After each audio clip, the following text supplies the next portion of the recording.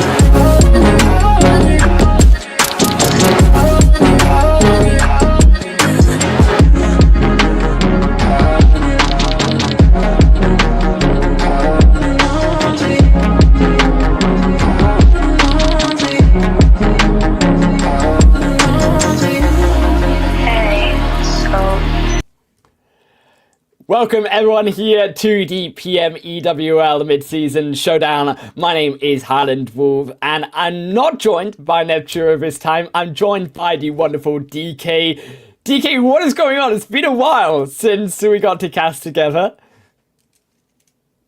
Yeah, it's been a hot minute. I mean, we've been, I've been watching whatever's been happening on the lovely, Wonder League so far. A lot of excitement coming in across the board. I mean, it's been pretty contentious. A lot of ups and downs all over the place. But that is kind of what we expect to see working our way through an amazing league. Look, I think it's a really amazing league. It's a great opportunity, of course, to see what the girls can do against, of course, the guys. We've all seen them before. Now it's here for their opportunity. We've already mentioned, as we've seen, 2 phases of the tournament so far. We're now on to phase 3, where we just saw, if you missed it 2 days ago, KMG and Slytherin in phase 2 make it through to the finals, being the top 2 of that first redemption stage. The rest of those teams from those 3rd to 10th positions, we will go through them later to familiarize yourself with them. They will be competing here alongside the 5th to 8th place teams that we saw in the group stage. So now we start to introduce some of those big dog or bigger dog names here, DK, as well. Yeah, and of course, this is where we get a bit of an opportunity to see, especially what those teams that have already directly qualified all the way back from phase 1, how they're going to be looking to play their way through this phase 3. Because, I mean, sure, they've had a little bit of a break, a bit of an opportunity to assess the composition, to come up with a few interesting strategies, potentially to contest for, possession throughout these maps. So I'm really looking forward to seeing how they're going to be looking to play it out. They've got to be able to play it out in another 2 days, and for some of these teams, it's been a grind. Coming to this point, they've been competing in every day with not that much of a break, so I'm really curious to see how hungry they are now, especially given these other teams are coming in refreshed, relaxed. They've researched these other teams competing. There's a long 2 days ahead, 10 games for these teams, and also keep in mind their opportunity to get to the finals, DK. This is the last chance to get a shot at competing for that $7,000 prize pool. I mean, it's going to be honest, really, as we know. Only 6 teams will be allowed the opportunity to set foot in those finals. So it is essentially going to come down to what the teams can bring to the battlefield. Who is going to be looking to shake a few tables, throw a few things out a few windows, and maybe into a few other windows.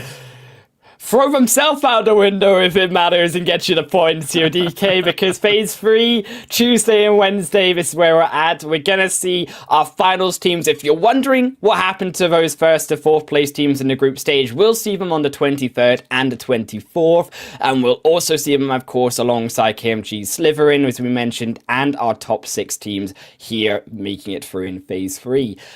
Phase 3 with only 6 ODK we've mentioned. 10 of these teams are getting cut this stage. I mean, and it's tough, right? That is a very, very scary spot to find yourself in. But as we know, a lot of these teams, they've already had quite a bit of an opportunity to boost that team morale. Not only making it through phase 1, not only making it through that phase 2, but also then yet again progressing forward into phase 3. So when it comes to team morale, I think that is a phenomenal boost because it shows the teams, everything might not necessarily go according to plan on the first day or the first half of the day, but if you maintain that focus and you look to build up that consistency, you can succeed at the end of the run. And we saw just in phase 2, that last game in Erangel, it really did matter. And as we talk about Erangel, we talk about these maps, DK, we are going to have our same wonderful Erangel sandwich. I will always call it a sandwich with your little bit of a meat in the middle of Miramar and also the veggies. I think also Sanhok packs that hot sauce if you're having a spicy sandwich in the middle. It's always been, I think, in this tournament, the real change maker out of all of these 5 maps. Sanhok has been the map, DK, where teams who have been on the bottom turn it around back up to the top again. Yeah, I think especially looking at the map of Sanhok, right? We've seen quite a few teams really look to utilize their capabilities when it comes to the side of Sanhok. I mean, Million Dollar Babies, for instance, right? Looking at the way that they played their way through phase 2, a phenomenal change up from the performances that they had in phase 1. Yeah, Million Dollar Babies, definitely one of those interesting teams, right? Because we know what Million Dollar Babies can do. Of course, one of our teams competing tonight. And also, we know what they can't do at the other end of the spectrum. It has been a very hit-or-miss team, but when they hit on Sanhok, they have looked like a really consistent team. And Sanhok has been where they're getting their points as well. I mean, they come through from phase 2 here, DK, at the top out of all of these other teams in phase 2 on earning points on Sanhok. Yeah, and I mean, there's not a lot rather. Wow, probably helps if I English, right? There's not a lot that you can fault with regards to the Million Dollar Babies when it comes to the map of Sanhok itself. I mean, the points speak for themselves, but we got to look to see who's going to be able to maintain a bit of consistency, not only on one specific map, but across the board. Seeing that Sanhok only amounts for 1 out of the 5, right? You're going to have to bring that balance through on a bit of Miramar, as well as over onto Erangel, if you're looking to stand a fighting chance to get yourself into the top 6. Yeah, and it's really going to have to be a fight, especially from those teams that have been so close before. I mean, yes, you've got Before You coming very close to making it into that top 2 last phase, but a team that I really want to highlight here is Bonfire Female. They've been on the cusp of getting through on both the 5th to 8th place position in the group stage and then right in 4th position, only a few points behind that top 2 to get into the finals. They have a lot of pressure now to also not just barely miss out on this top 6. They had to now make it in to that top qualification spot. And I mean, it's tough, right? Again, talking about the pressure, the tension that is building as you progress through the phases. Bonfire, for instance, they had a little bit of a challenging run when it came to Erangel, for instance, back in phase 1. But phase 2, we did see a beautiful improvement coming through, right? A lot more of a consistent placement. I mean, they upped their overall, placement points, the elimination, everything had a beautiful upward trend. But again, now they have to convert that all the way from phase 2 and look to build on that moving through phase 3, because that is the only way that we are going to see them potentially reach the top 6. Yeah, in that top 6, as we said, they've got to really prove themselves as well. But another team that you've been whispering in my ear about before we got onto the cast today was KYS Virtue, DK. Yeah, again, KYS also a beautiful step up in the performance that we've seen, right? Back in phase one, again, looking at the average across all three maps, they were sitting relatively low with regards to the total amount of placement points and total points they were able to secure on those maps. But looking at how things then changed up moving through phase two, I mean, there we saw KYS Virtue actually being the most dominant team out of the teams that we currently have within this lobby on a map like Erangel. I mean, they also brought a good amount of balance through with regards to their plays over on towards Miramar.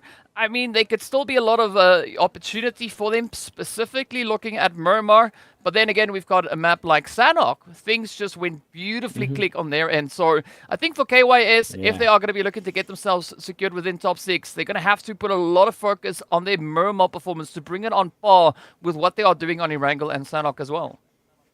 Yeah, and especially, I think, with, as we mentioned, those bigger dog teams who really almost made it through to the finals, those teams that we say, probably the favourites coming in to try take those 6 top spots. These other teams, though, that have made it through phase 2, really have grown. And I think one of those teams, of course, we have to mention were Wild Pixies. They obviously were dead last in their group, but then they came in day 1 of phase 2. They were right at the top of the leaderboard, the opposite side of the spectrum here, DK. In that day 2 though, phase 2, it did slump a bit. And that's where we saw Wild Pixies really struggle. I'm hoping they can come back. We know that they can have that really amazing performance in them. Are we going to see the Wild Pixies at top? Or are we going to see the Wild Pixie get a bit squished? I'm going to be hoping to see them potentially maybe make a bit of a push to get themselves situated, right? To really crank up those points to get themselves in there. Again, looking at the overall Erangel, 30 points that they've been able to secure just in phase 2. Definitely not a bad spot to be in. Also showing pretty good consistency with the balance between placement and eliminations. Miramar, yeah, we could maybe add on a little bit more there. As we know, they weren't exactly able to get themselves a winner chicken dinner on map. And you could almost say exactly the same thing when it comes to the map of Sanhok. But at least having one map in which you are really aggressive in and you're able to uphold a really strong performance, I think that's going to be a golden ticket. As we know, Wild Pixie, of course, they get themselves that winner chicken dinner in phase 2 on Erangel. So again, now maybe shining a little bit of light more towards Miramar, maybe, you know, adding a little bit of spice into Sanhok. I think that could be a potentially winning combination. And I think what we've seen in terms of those spiciness, in terms of bringing the heat, also teams down at the bottom just below Wild Pixies that we've also got were TPES Esports, who brought that heat again in the first day. We got to see what they can also do coming into that second day, of course, in these 2 days, because that's again where they've let themselves down on these overall standings. And that second day really has eluded a couple of those teams. Another one of those teams that we've got just making it in with their big final day, though, on the other hand, was Yakut Spirit G here, DK. They really performed in that last Miramar match in day 2 of phase 2, where they had those points they got, and then barely survived an almost PNCR steal in that last Erangel match. I mean, again, it's gonna gonna come down to the wire, right? Phase 3, golden opportunities, essentially starting with some semblance of a clean slate, right? They have an opportunity to prove themselves, and we've seen how they've been able to build, right? Taking it from the first phase, you know, a few teams that we also had playing their way through the second phase, again, building, trying to see how far they can push the envelope. And speaking about pushing envelopes, now, of course, we've got to push that envelope straight into play as we jump into our very first match. Do you push your envelopes? I sometimes open my envelopes, DK. Do they do it differently in South Africa? Yeah, you know, like, if you time it just right, if you get the angle to work, Actually, if you push it, then it slides and it falls, and then, due to the pressure and gravity, it opens the envelope. The physics. Like, the physics is a skateboard down in the air. Very, very skillfully done here, coming through from our players. Also, I think, to be honest, with envelopes, do you ever just get those envelopes that you just can't open, and you have to, like, rip them? Like, and then you have to, like, you're also careful because you don't want to rip the paper inside the envelopes. Like, yeah, I get so nervous about that. I just can't. I'm not good at opening. See, I need the South African envelopes. Clearly, the UK envelopes, Yeah. the Scottish envelopes aren't where it's at. The South African envelopes, that's first class envelope right there. First phase, gonna go down maybe try and turn onto it our upside down. circle. Oh yeah. I should try it. Yeah, I should. Maybe I need to turn it the right way up.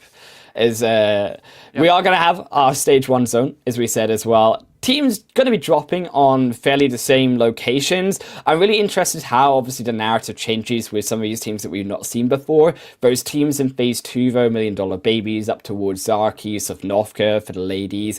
There is a change outside of Farm. While Pixies, I like that they've actually moved away from some of these newer teams now coming back into Phase 3 and have opted over towards the Milta Power side. It is going to be a fairly long move, though, back into that Phase 1. I think moving up towards that northern side, though, there's plenty of options for them, of course, right? Yeah, I mean, the northern side does look somewhat promising, but I'm also quite curious to see who's going to be looking to occupy those more centered regions, as we already have Hard to Kill taking SmackDab center set up. They're moving their way through the lovely Gatka. We do see a bit of a spread on their end, but speaking about spreads, though, Yakut not going to be wasting any time. They get right down to business, looking to come out swinging right out of the gate. Yeah, Pain Ladies are here, and they're here to inflict the pain onto Yakut, Spirit G, and they will be actually able to take them down. Pain Ladies will fall, and that will be actually 4. My apologies here to Yakut, Spirit G. I'm just warming up myself here, DK, into the first game again. Hard to Kill as well. Gonna get their vehicles on brand. In these vehicles as well, I'm disappointed in this competition because I'm used to the PMCOs, the PMPLs, the PMGCs. The higher the level, the higher the competition, I think the more car fails we see. And I mean, Nevture has been helping me track the cars and the failures that we've been seeing. There was a fantastic 1080. Other than that, I've been disappointed so far. I need more fails. If you're going to fail, going to make a mistake, do it in the car. You want to see a little bit more of that dynamic utilization of everything Exactly. that physics and vehicles can do together. Yes. I mean, we did have one of those in the MEA Championship, actually, where we did see a few vehicles nearly defying gravity as they just shot way, way up in the air. So I want to see a little bit more of that. Yeah, see, that is the difference here. That is what I need to see that I'm missing out on. I'm also hoping that we get to miss out, though, on some things, and that was some of those weird rotations coming through, especially on our later map of Miramar. Arango was guilty of it, a few of these teams. I won't name and shame who, but especially in Phase 2. There were some mistakes and some teams still playing on later rotations. We even saw teams missing out on the blue zones. So I've got to point it out here. We're going to see no deaths to the blue zone in Phase 2. Please, teams, I preach that we're not going to see it. I want all the teams competing inside of the zone. Please pray. Pray together with me, DK. We cannot afford the blue zone squad wipes anymore. Yeah, I mean, definitely you want to get yourself away from the big bad blue zone. I mean, blue juice, it's all good It's and well. scary. But, you know, too much of it is not so good for you. I know people are after the tingle down the throat, right? It is a very, very satisfying tingle, but you gotta watch out because it tends to pack quite a bit of a punch eventually.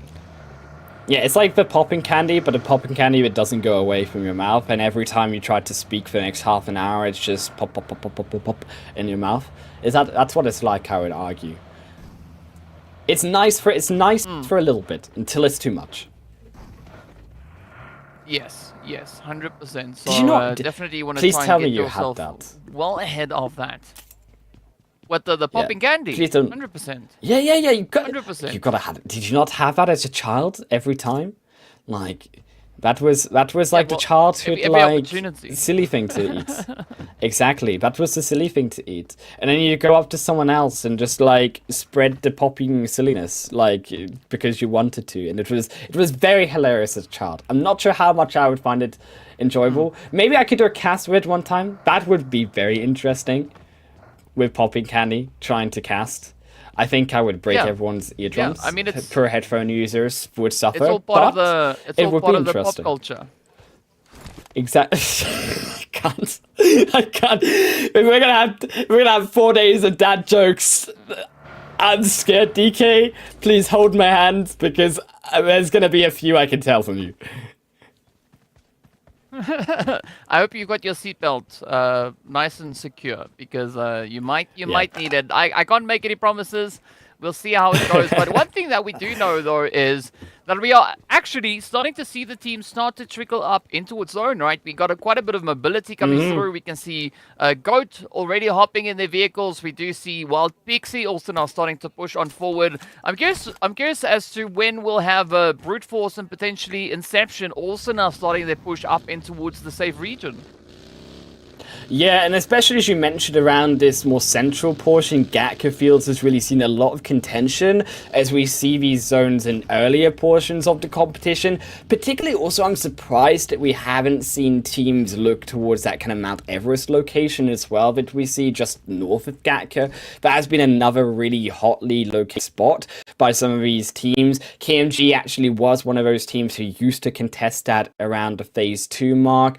I'm actually surprised more so at Regnum Caria having gone for this. They were very oftentimes always going to this location. They have been around the area of the northern side. However, they haven't opted to go for it this time.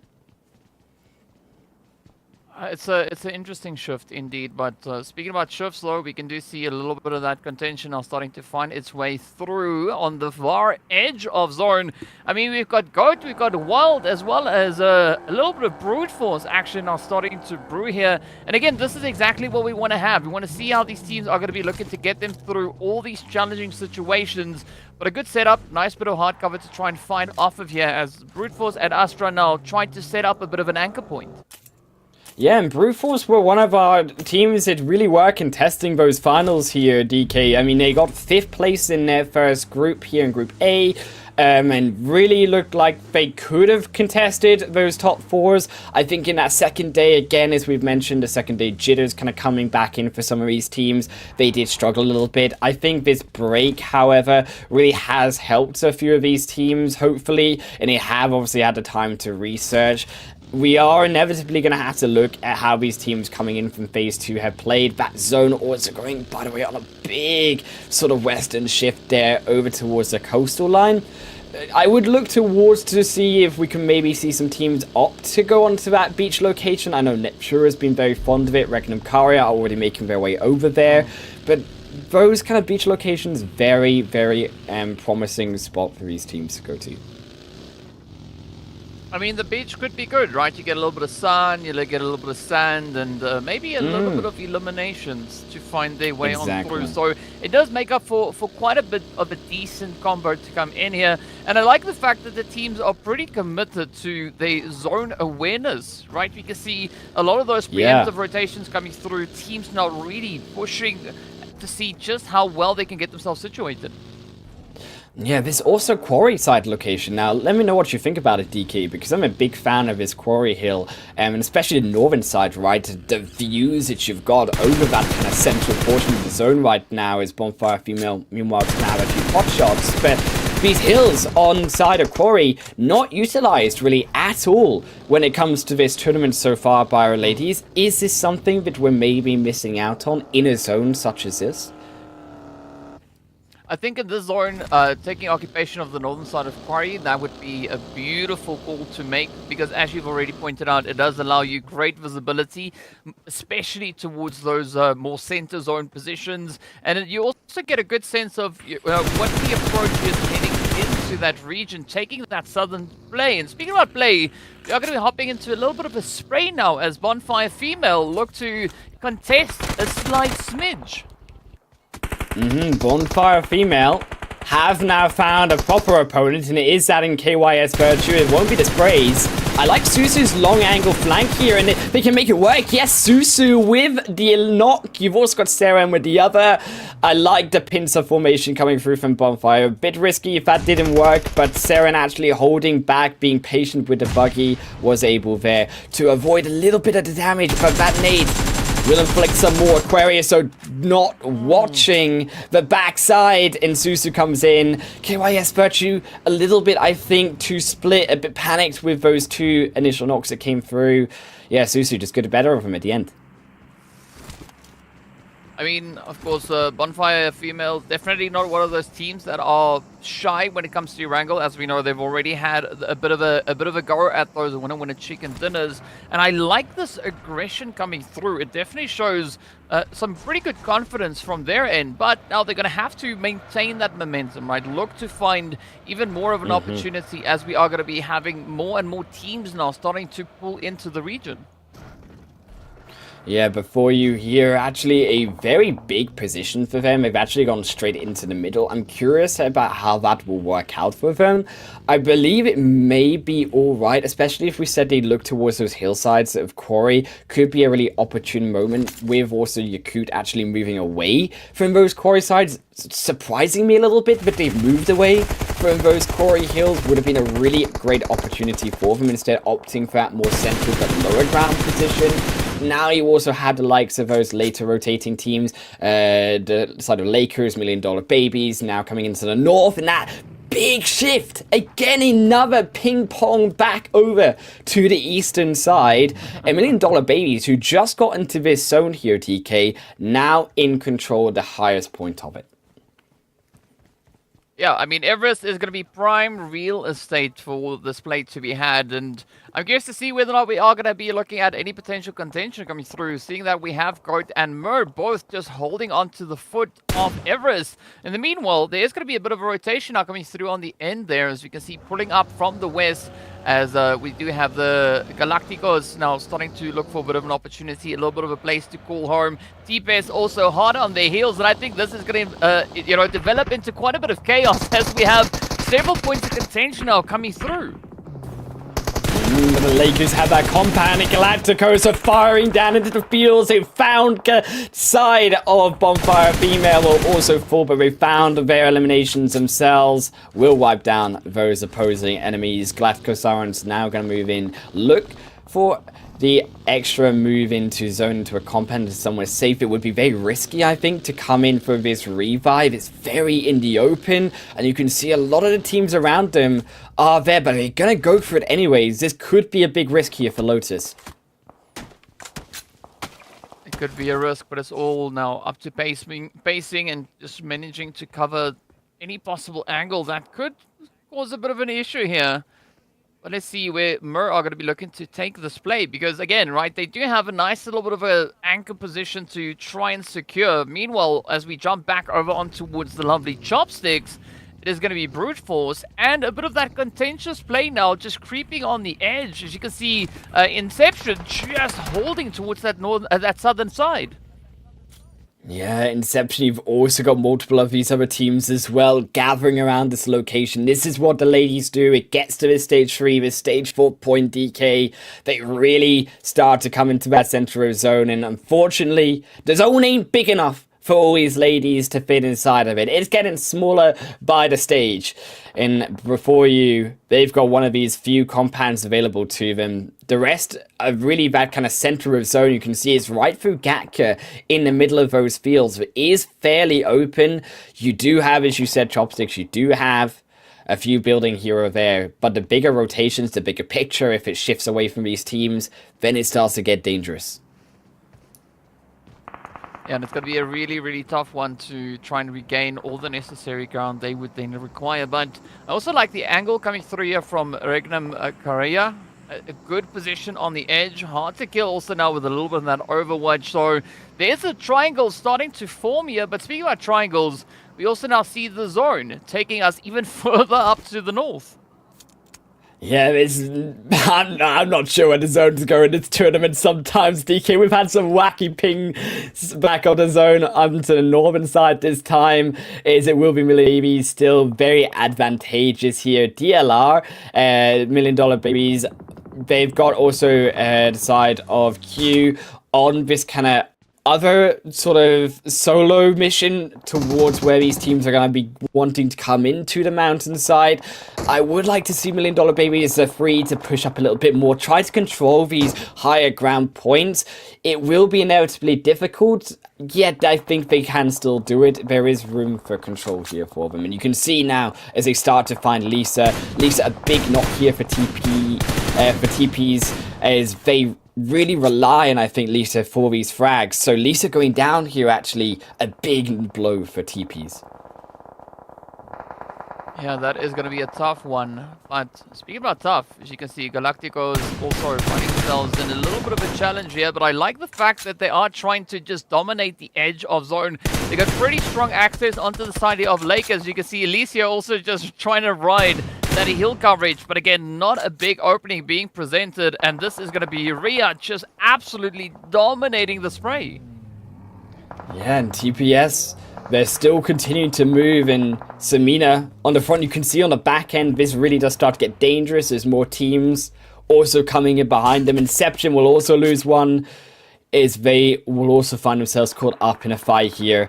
Before you even going to lose themselves to Lakers, you see them also making their rotation in the background as well. So these teams starting now as the blue zone comes in to make that move to the edge of the play area. Yakut's going to find themselves knocked as well on the other end. $1 Million Baby's doing a good point of control so far. Not letting any of these teams get the better of them, get on top of this hillside. Soul Girl as well going to fire in. You can see the angle of how well of a shot they've got here onto the 4U. They've smoked all around them, but this front side or back, as it were, for Soul Girl here, piling the damage onto them. Now this is such a good setup here coming in through for defense, but look at that! It is going to be brute force, just not even waiting for an opportunity. Instead, they look to create one for themselves. They just come flying into before, but it is not necessarily the most hopeful play for them just yet. I also like this off angle play coming through from Goat, also now coming through with their own bit of contribution to the carnage.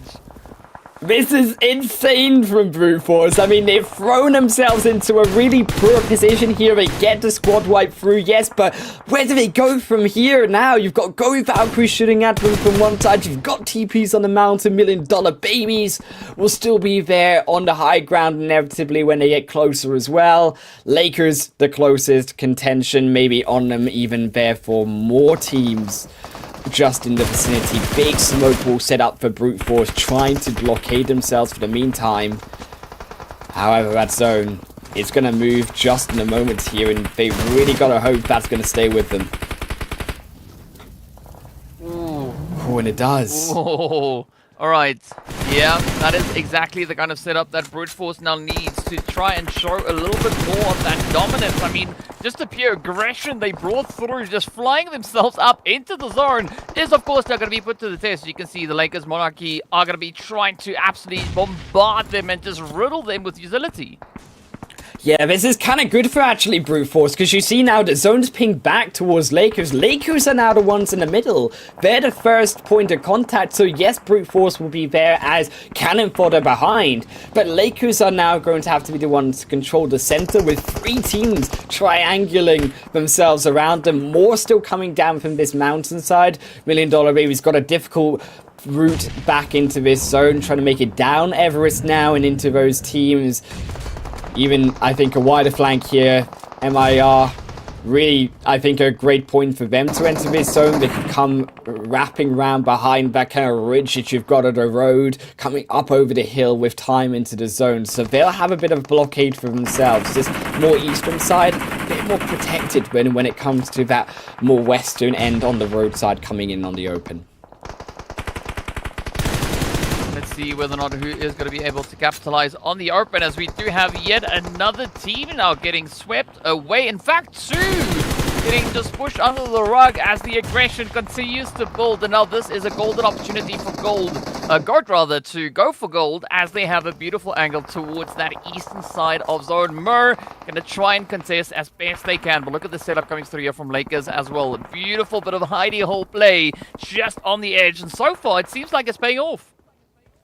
Yeah, they do have a little bit of a position here for themselves. Got Valkyries as well, trying to hold this kind of one building that they've got, this one crate, this one car that they've got. The other one smoking there in the background. A good point of control, especially on those teams moving down the mountain. The protection provided with that house will be really monumental in this kind of stage later on, where you need that protection. Really, obviously praying the zone will stay with them.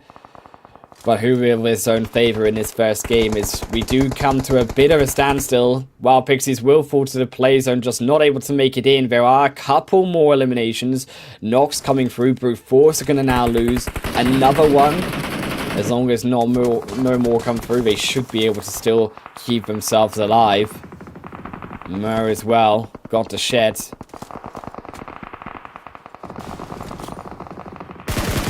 It's going to be that final push, right? As you can see the zone getting ready to pop, and it does, as it does pull even further on towards this western side. But this is a golden opportunity now for Brute Force to try and build up a bit of a platform, right, to push and maybe even get themselves secured within these final few zones. But again, quite a bit of a challenge still lays at hand. Yeah, this zone really is going to be mean to so many of these teams. Lakers, you've done your best, but now it's time to fall out of the game. Yes, you are in the side of the zone, but you are a solo in the midst of everyone else.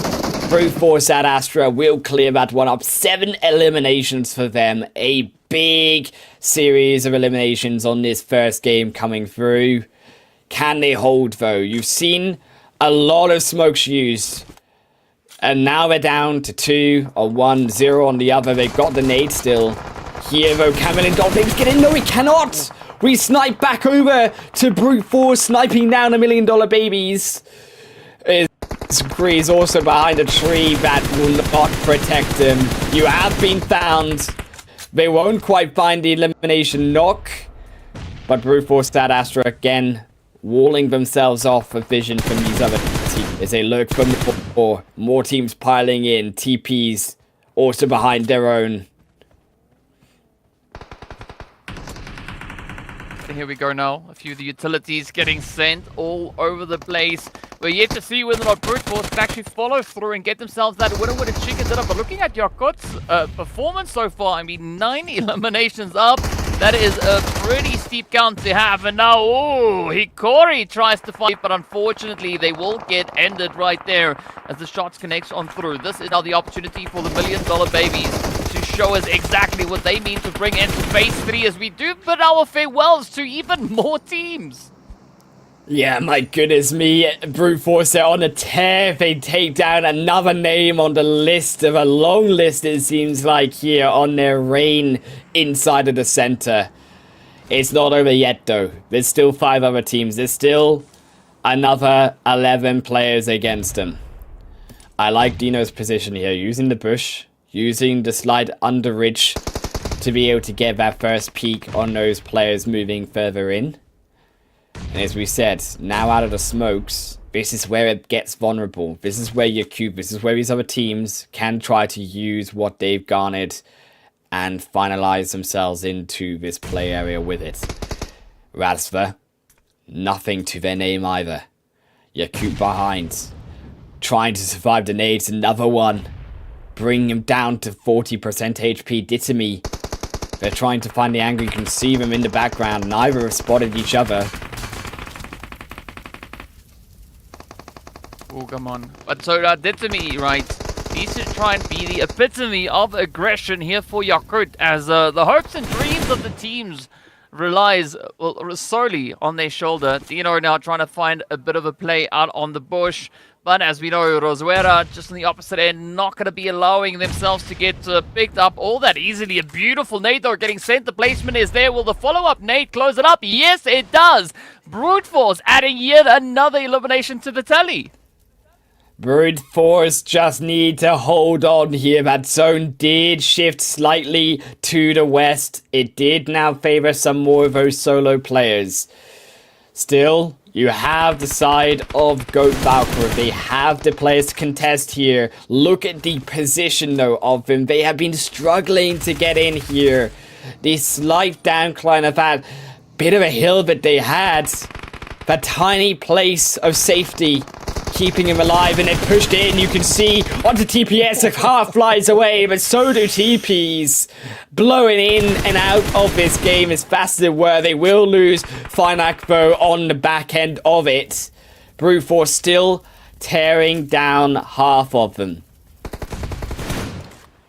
Wow, absolute insane defensive strats coming through. But again, we're not out of the woods just yet, right? This is a golden opportunity for Brute Force to lock it in. But it's going to take quite a bit of work still. They do at least have the numbers advantage, right? The already team in the bid our farewells to Yakut as they will make their way back. Now, down to the final 3. Oh, scratch that. Make it the final 2. The final 2 in Brute Force. They've got these nades. They've got the utility. They will come out with the win. And Brute Force, a giant game for them here, DK. I do believe that looked around 12 to 13 eliminations, along with the chicken dinner for themselves. That is how you start your run to finals. What a play indeed. And of course, for Brute Force and Astra, this is their very first winner chicken dinner on Erangel for this entire event.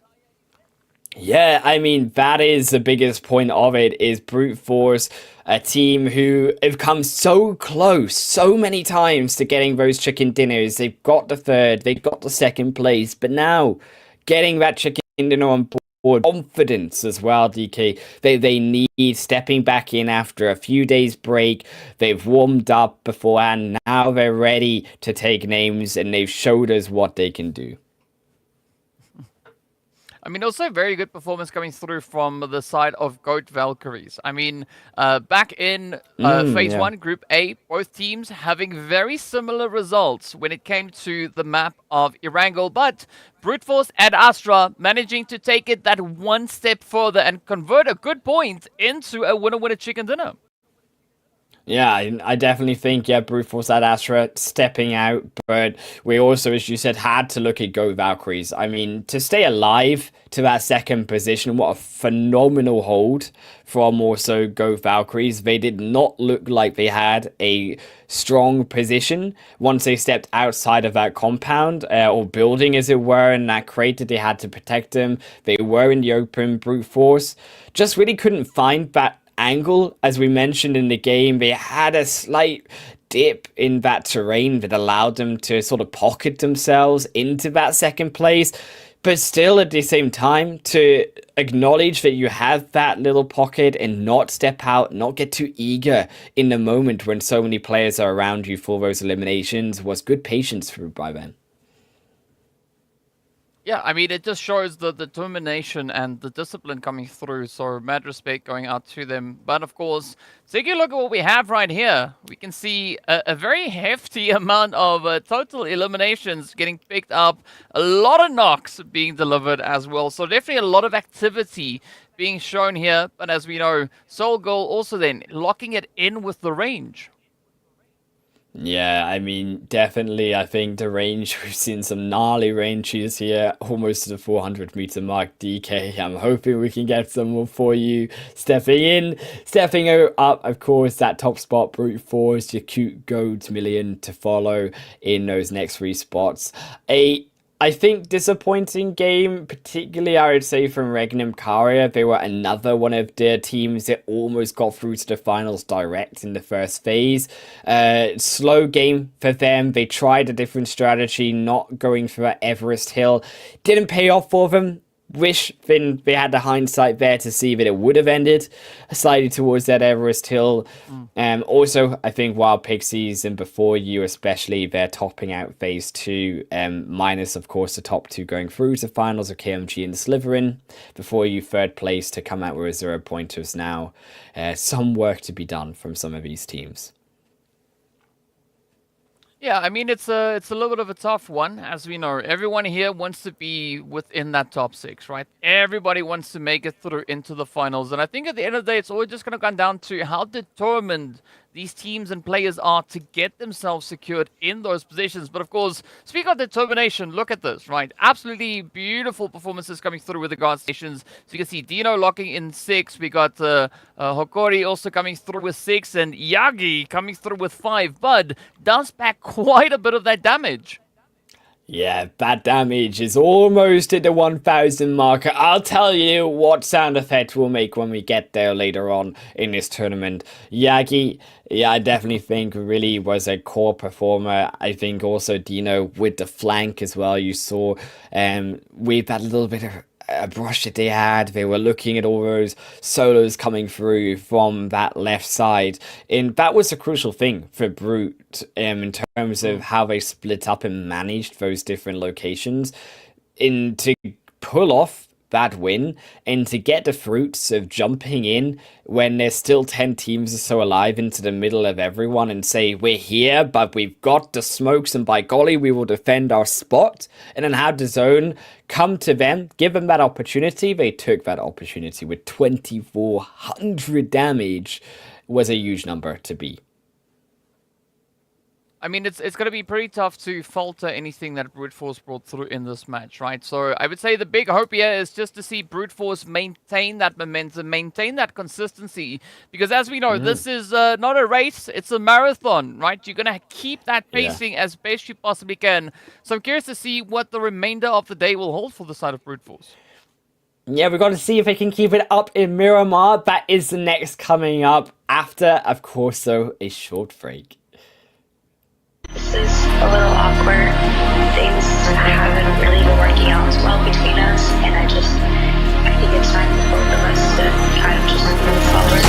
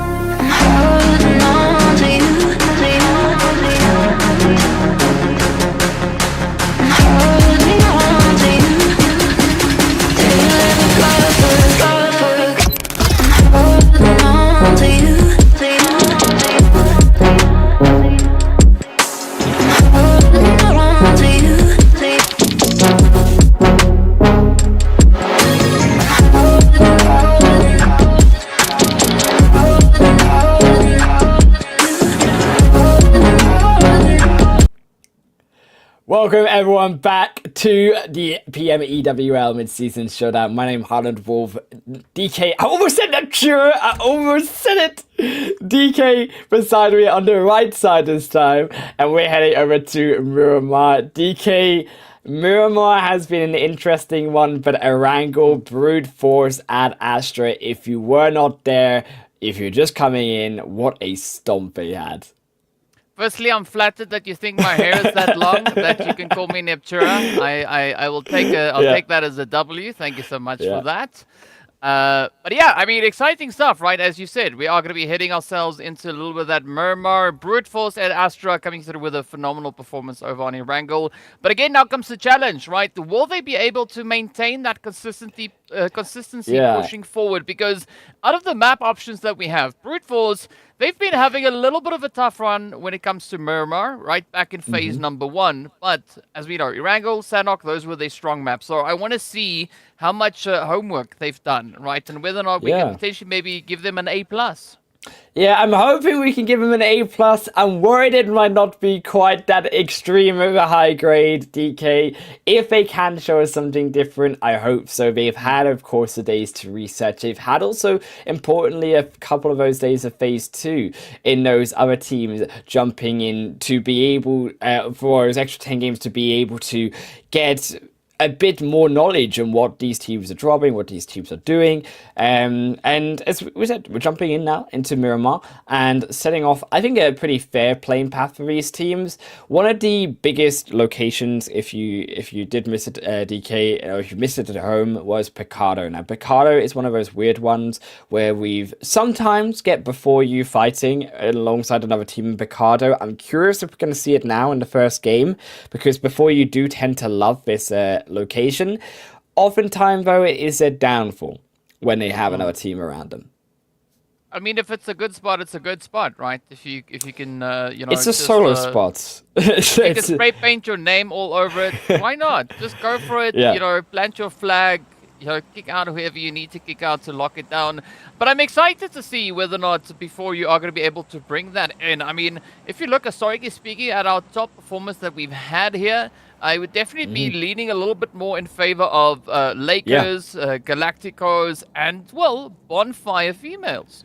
Yeah, I mean, Bonfire females definitely have been a really big contester on those high-scoring Miramar games. This is where they even picked up one of their chicken dinners earlier in the tournament, so we know what they can do.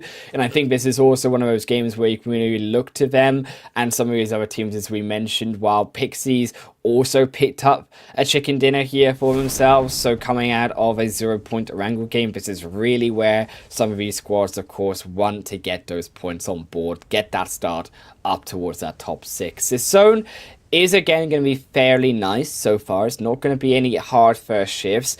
There are going to be some rotations later on in some fights down towards Puerto Parisia. We can see what looks like Brute Force and Regnum down there, which will be a really interesting engagement, especially for, of course, the side of Regnum, where they haven't picked up any points in that last game. Yeah, it's going to be of the utmost importance for that now to be the situation here, to see if those points are going to indeed be secured. I mean, it's a tough spot. It is a tough spot. Not all too often that we see teams really contesting for possession of Puerto, but who knows? Who knows? Maybe Regnum can get themselves a little bit of a play here, a little bit of a jump. And if they are going to be looking to bring a bit of a halt to the advances for the Brute Force team, this would be exactly the position to do so. Yeah, Regnum could come together here. Cake's one of those core really engagers for also Regnum Kara. We know that Cakes wants to go in first. We know that they want to lead the charge. Has decided to step back for the moment as Brute Force and Astra have this sort of 2-2 split going on. I think this is really crucial in terms of the buildings, having that extra teammate there on board.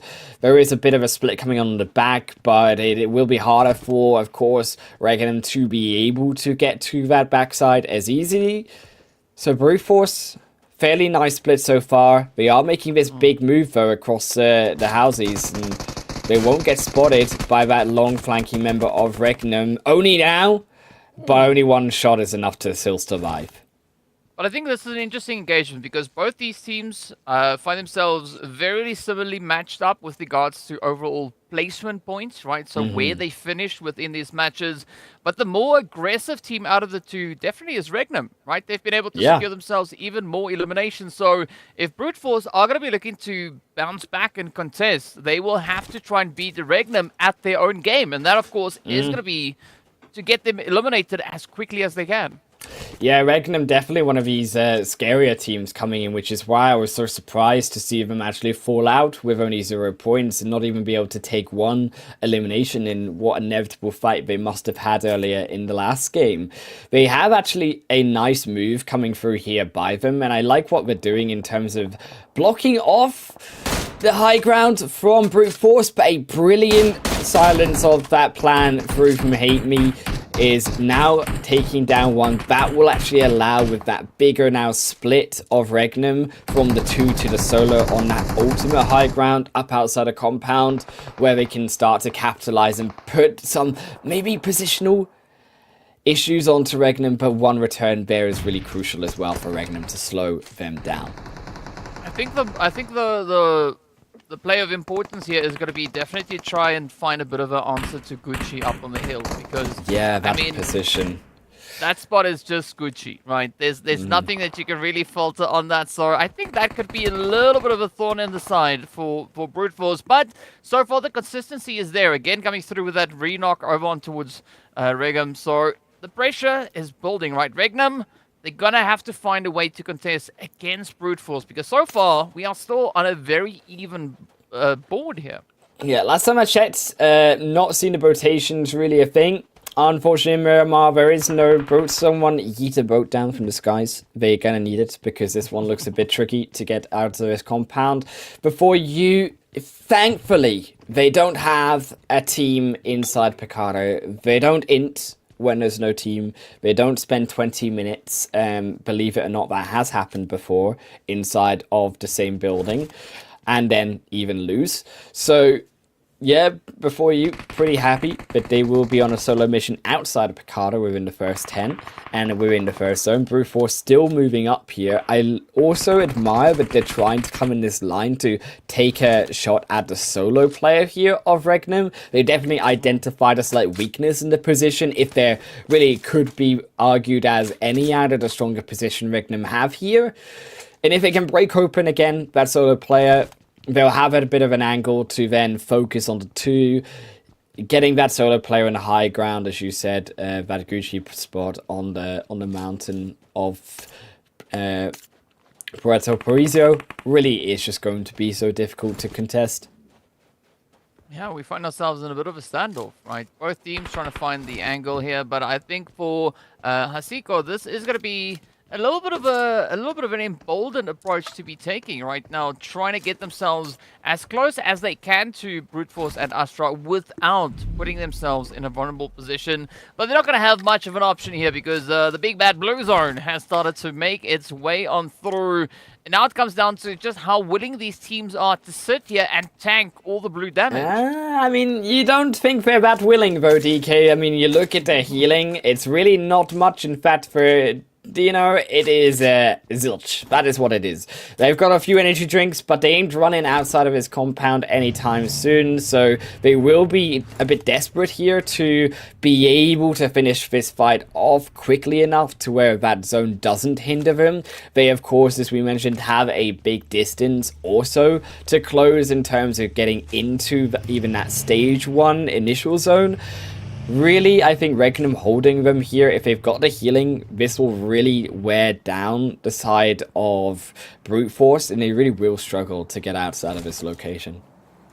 Well, speaking about locations, of course, we've changed locations now back up towards San Martin, and as you can see, it is going to be Mer Esports Georgie trying to play from within the hard cover, and a nice bit of contention up on the plateau. We do see our first blood being drawn there, as it is none other than Arctica, but again, looking at the positions here from Mer, I'm curious to see how they are going to be looking to play through it, because they've got a beautiful bit of a spread.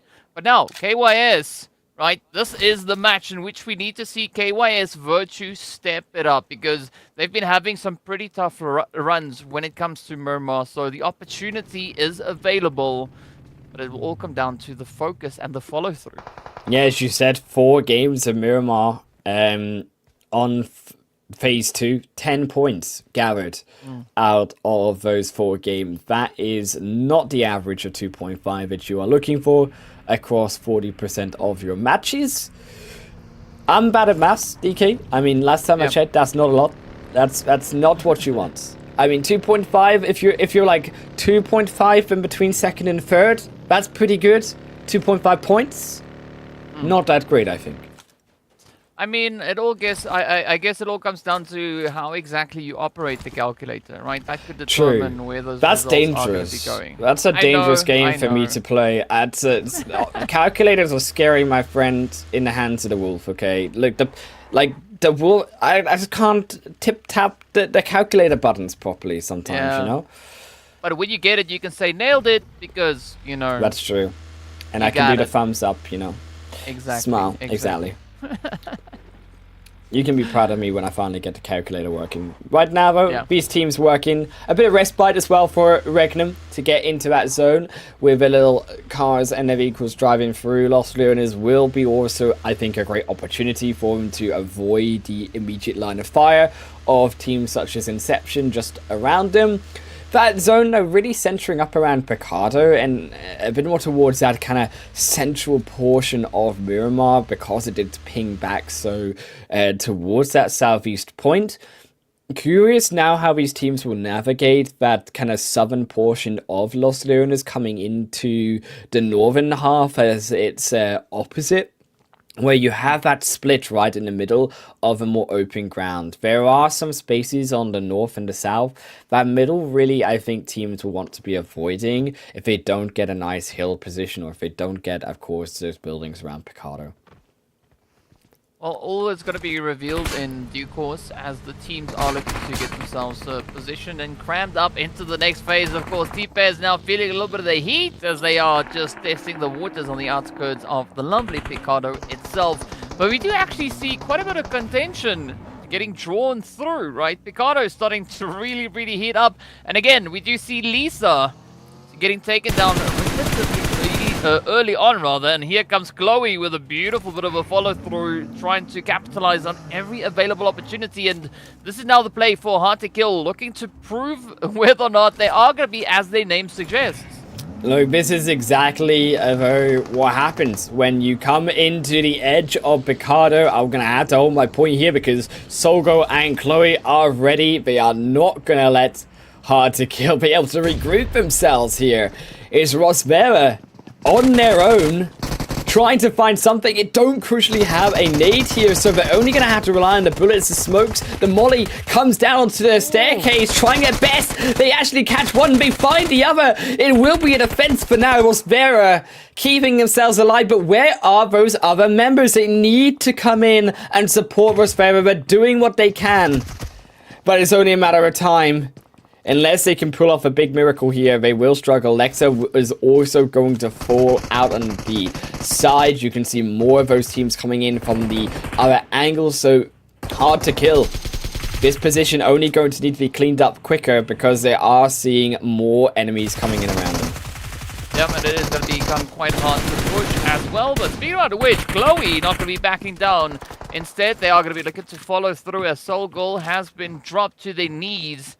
But this is where the pressure now starts to build, right? T-Pass definitely in a position where they can maybe still find some way to succeed. Hard to Kill, still going to be holding towards the north. Meanwhile, as we do jump a little bit further on towards the western front, it is Yakut Spirit now going toe-to-toe, and oh my word, they lock in Goat.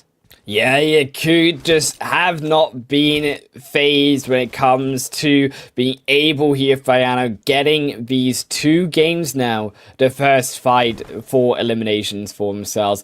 And Yakut, crucially again, keeping all 4 players alive. This was an important factor in their first game so far. It's what led them to be able to have that success in such a wild zone in that first game. They also have, crucially here, a strong position around this hillside. There is a bit of contention that can happen on the other end of the mountains opposite here. You can see that just in the distance. That can be a point of difficulty if you are inside of that compound.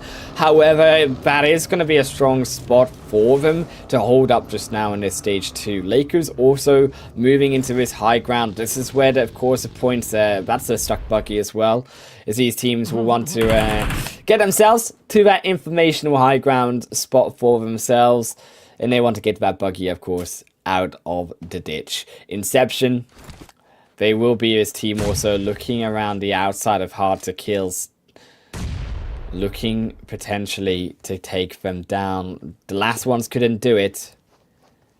Inception here are slightly more close together. We'll have the utility to throw inside as well. Yeah, it's going to be a pretty high stake game now for the side of Inception, as you said, right? Already we've seen Hard to Kill staying pretty true to their name, proving that they can actually survive the onslaughts getting thrown at them. But are they going to be able to replicate it yet again as the play comes through? Athena going to be looking for a bit of an opportunity, trying to peer through the window. So far, oh, the only thing that happens is mollies that find their way in.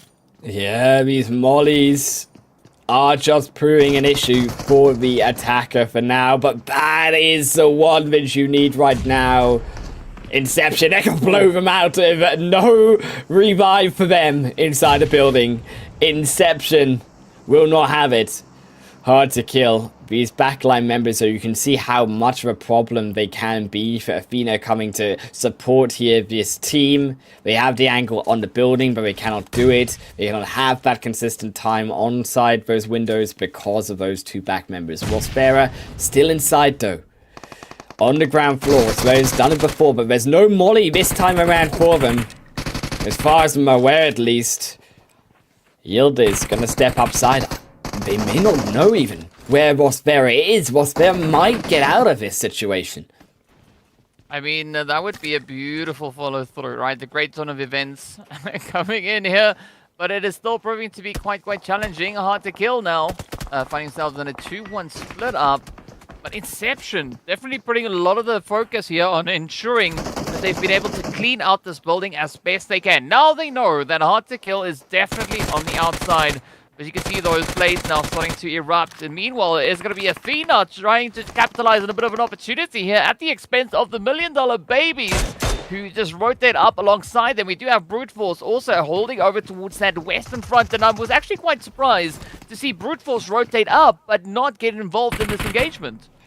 Yeah, and also I think you can see how difficult it is when you get stuck in this engagement to get out of it. Look at the terrain around them as well. So teams, naturally, I think, yes, seeing that there is an opportunity here, but as soon as $1 Million Babies, they lose that initial member rotating in, they say, we can't do it, and now it's only going to be Inception and still Hard to Kill. Yeah, Inception also realized this issue with the zone moving, that terrain will naturally be hard to get out of if they get stuck in it, will avoid the fight, and I think this is an excellent position, or rotation should I say here, from Inception to immediately capitalize on that stage shift. Yeah, I have to agree with you on that. Inception, definitely a wise choice to make, but again, now comes the next little challenging part, right? Where exactly do you rotate the board? So you can see Inception now testing the water as they come running right alongside Lakers and, of course, Brute Force at Astra.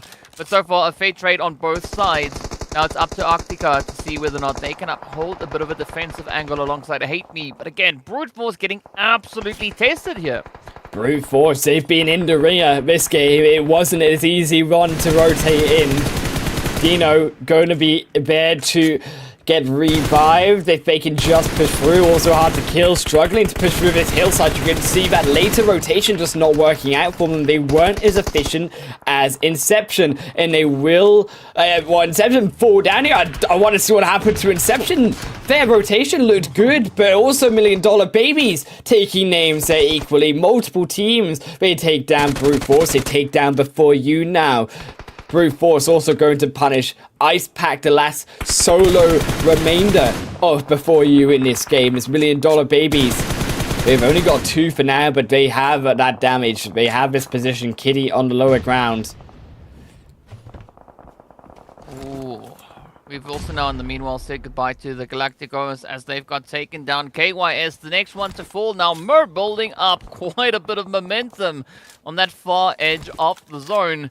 But let's see what is going to come through here as we still sit with a very congested southern side.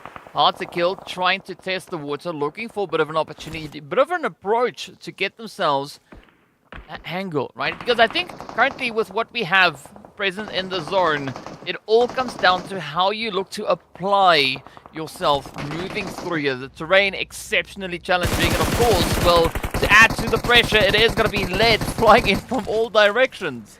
Kitty just getting caught out there, trying to use that buggy one too many times. Ice Pack wraps around, takes the head off of Kitty. Yoko will now be the one to find that revive. Shouldn't effectively come to elimination. Hard to kill. Lexa still on the low ground herself. She'll look for that nade over. Will miss. And now has to stay low. Has to avoid the shots there from Lakers. You can see it coming through from the high ground of smoke. Somewhat of a blockade. Look at the health though. One more bullet would do it. Mia Jojo also going to go down to Yakut, is getting inside of his zone, proving a nightmare for those lower ground teams. Yeah, I think Yoko is going to say, oh no, once that blue zone catches up to them, so they're definitely going to try and get themselves situated well ahead of that. In the meanwhile, well, things are looking a little bit tough as H2K, hard to kill, will make their way back, at least getting sent away with those 5 eliminations up. But now this is up to Hate Me to see whether or not they can maybe get that bounce in on towards Yoko. Again, not going to be the easiest play to make, but here we have it, the zone. Still very much situated down on towards the southeastern area. I mean, surprisingly quiet up to the north. But, well, as we say that, it is going to be Yakut and Wild now getting ready to get into a bit of an altercation. I mean, Wild Pixies, this could be a golden opportunity for them as well. For Wild Pixies, they really need to show us what they can do after a disappointing last day we saw them in. Got nothing at first game, but they're here. They have also, I believe, the only full squad alive in this game, so the numbers advantage is there. The high ground, however, DK Lakers. You mentioned that northern point as well, but these northern teams coming outside of Power Grid will also have. These are the power points of this stage 5. You can see it, Mia, the moment they get on this high ground, they've got also these dips as well between the rocks, which are so vital to be able to look in these multiple directions. Liot can get down, cover for now. That's not a healthy health bar. Yeah, it could definitely do with a little bit of improvement, but you know, it's going to be a tough one. You were talking about the PowerPoint. I think this is where presentation also comes in pretty clutch. As you can see now, it is going to be on the opposite end, right? Wild Pixie trying to hold on to any semblance of a position they can find themselves secured up towards the northern side, but Lakers, I think this could be quite a bit of a setup, right? They have the opportunity to try and clear their way moving forward in towards the zone. Yeah. But this is where now it turns potentially in favor of the Pain Ladies that have a bit of a reach now coming through from the eastern side.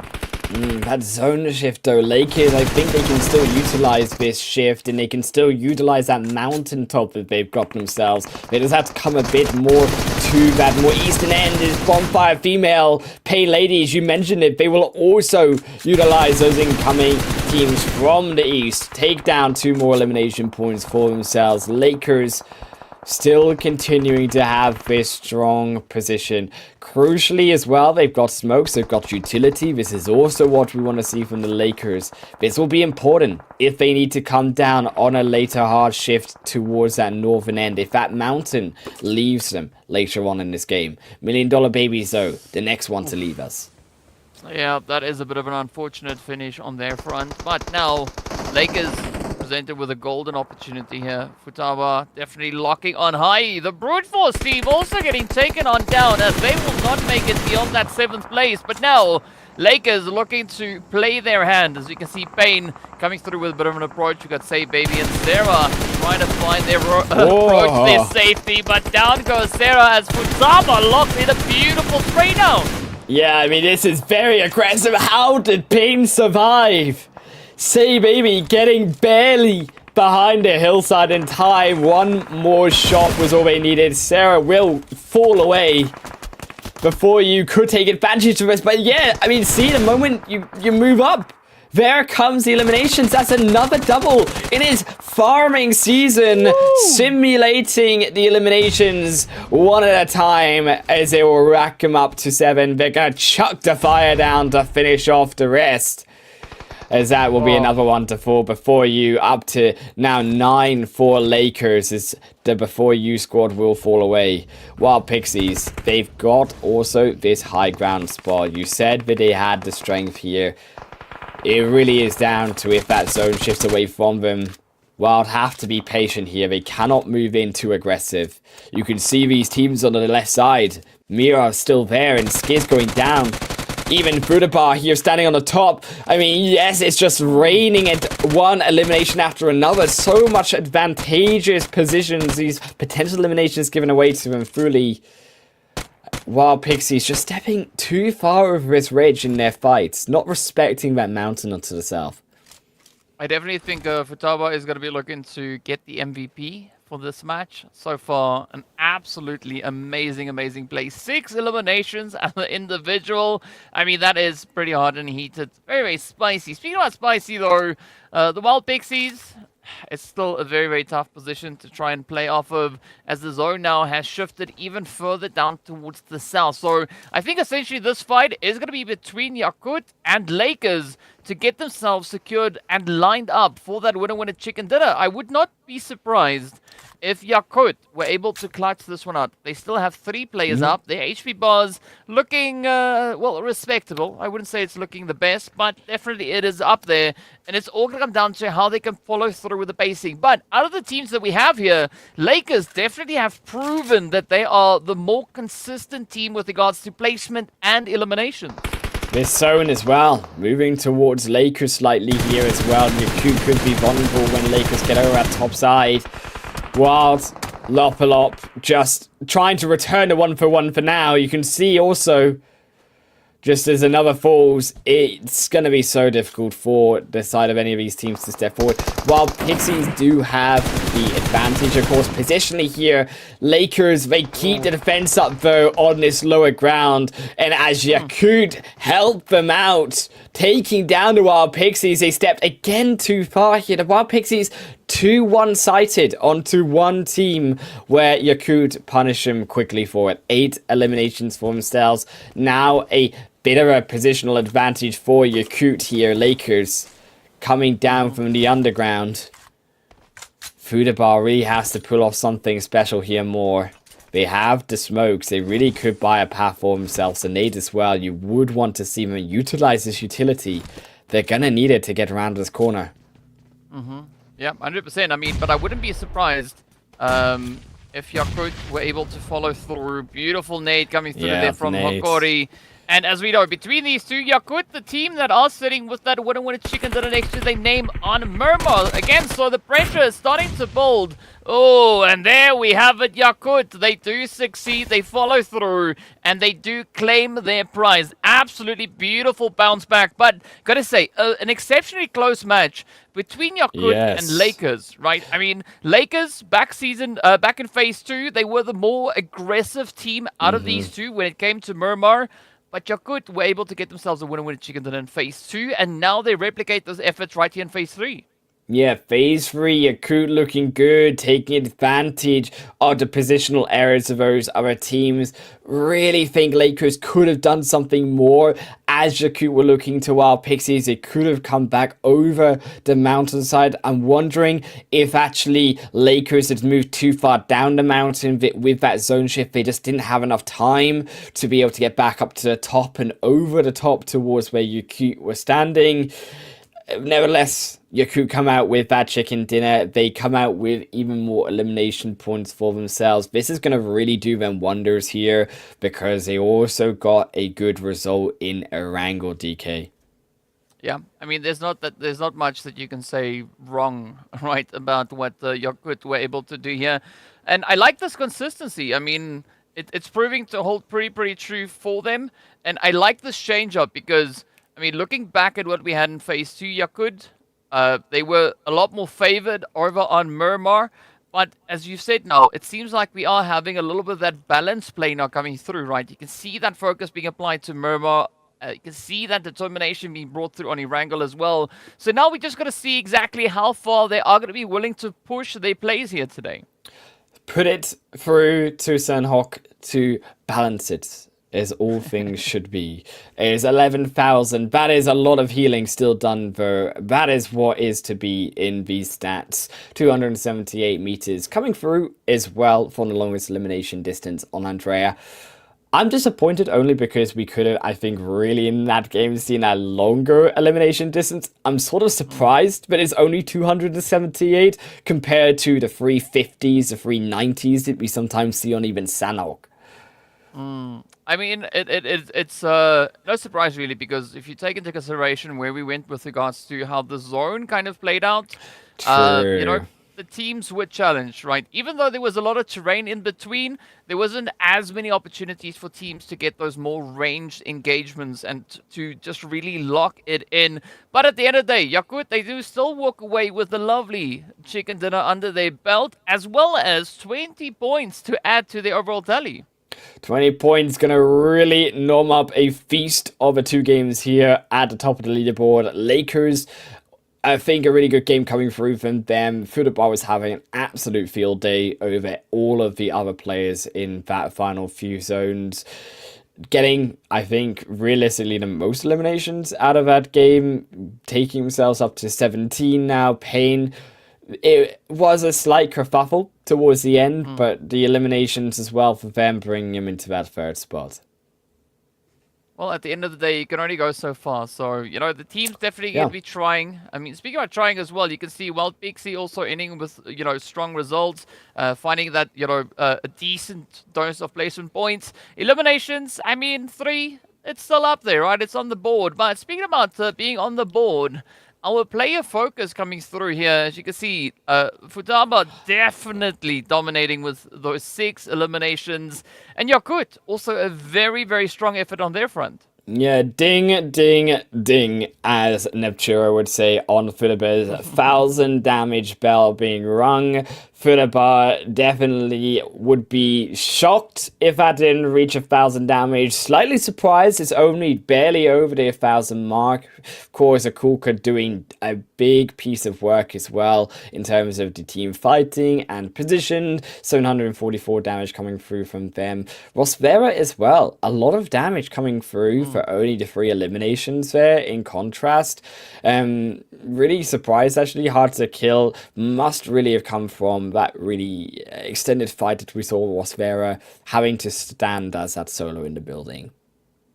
Well, I mean, it was a rather challenging zone for our players and teams to work their way through. Still making the most out of it. In match 1, you said you would love to see 1,000 damage. Well, we did get that on board. And I mean, the Lakers taking it even further, pushing all the way up to nearly 2,400 damage.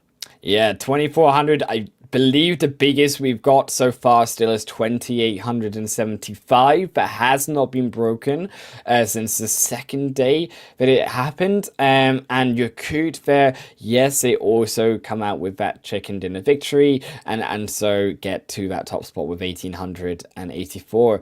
Bonfire Female, the other outsider though, when it comes to that damage, 1,292.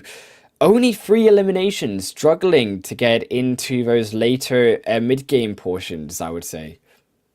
I mean, it's part of the struggle. It's part of the hustle. And of course, well... We didn't hustle.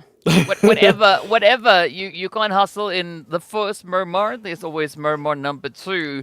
But as we've seen also, there does come a bit of a turning point, right? As we hit match number 3 of the day. So again, I'm going to be looking at today to see just what kind of a consistency these teams will be able to build, right? Whether they can look to change up that kind of strat that we've seen in the previous 2 phases. And these overall standings, starting also to see a split in terms of the top of the standings. Yakut obviously staying very consistent. Brute Force still staying somewhat relevant inside of our game despite the difficulties that they were having. Really still surprised though to see, as you said, KYS Virtue down in that bottom. it was inevitably going to be difficult with the stats lying against them on Miramar, Regnum, and Galacticos. So also two surprises there. Galacticos, Regnum really almost challenged away, as we said, into the finals. Galacticos were in that 5th position, I believe, in their group. So for those two teams to be struggling here, really surprised that they haven't been able to come out with more than 1 point. Yeah, it's a thing. It's a thing, but, well, of course, as we know, there are still going to be ample opportunities to try and rake in even more of those. And so far, you've got the Furaba as well as Hokori tied on 8 eliminations each so far. So definitely looking to, as I said, try and push for that MVP position. Yeah, Hikori really has been also the top of her game when it comes to these top 5 eliminations. Fudaba also has been equally as strong of a player. Fayano, equally no stranger to those top 5 eliminations. Dino and Rosvera on the 5th and the 5th positions there. That has been 2 games so far, DK. Sanhok, we said if teams need to turn it around, this is where it will be. We'll see if they can do it after a break.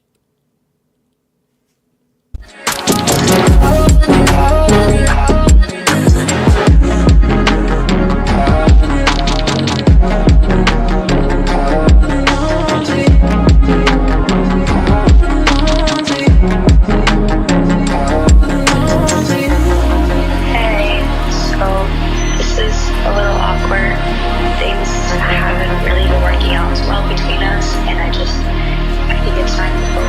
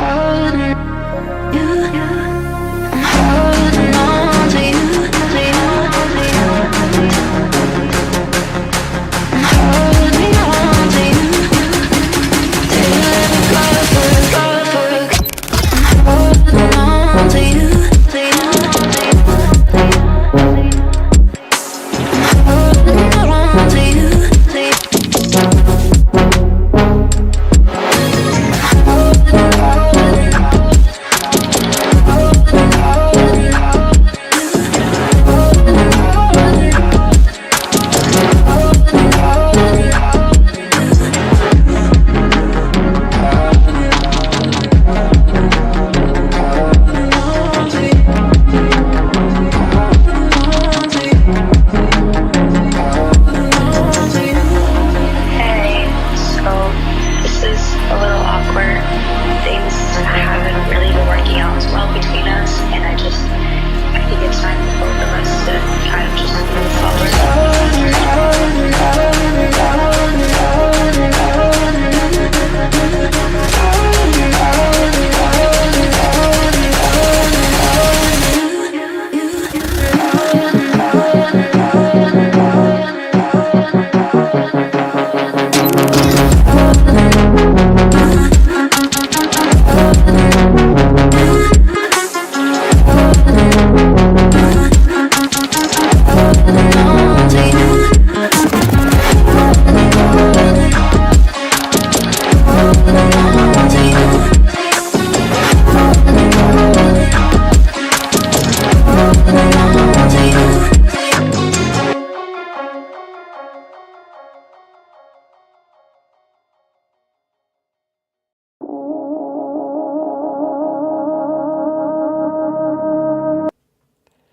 Welcome everyone here to the PMEWL mid-season showdown. Of course, my name's Hand Wolf and DK here beside us. It's been 2 games so far of phase 3. Day 1 here, DK. Yakut being consistent though, the most consistent when it comes to their now Miramar win. Sanhok is where it comes up though into a bit of danger. Because DK, this is where typically our ladies tend to have the bottom teams rise up and the top teams come all the way down.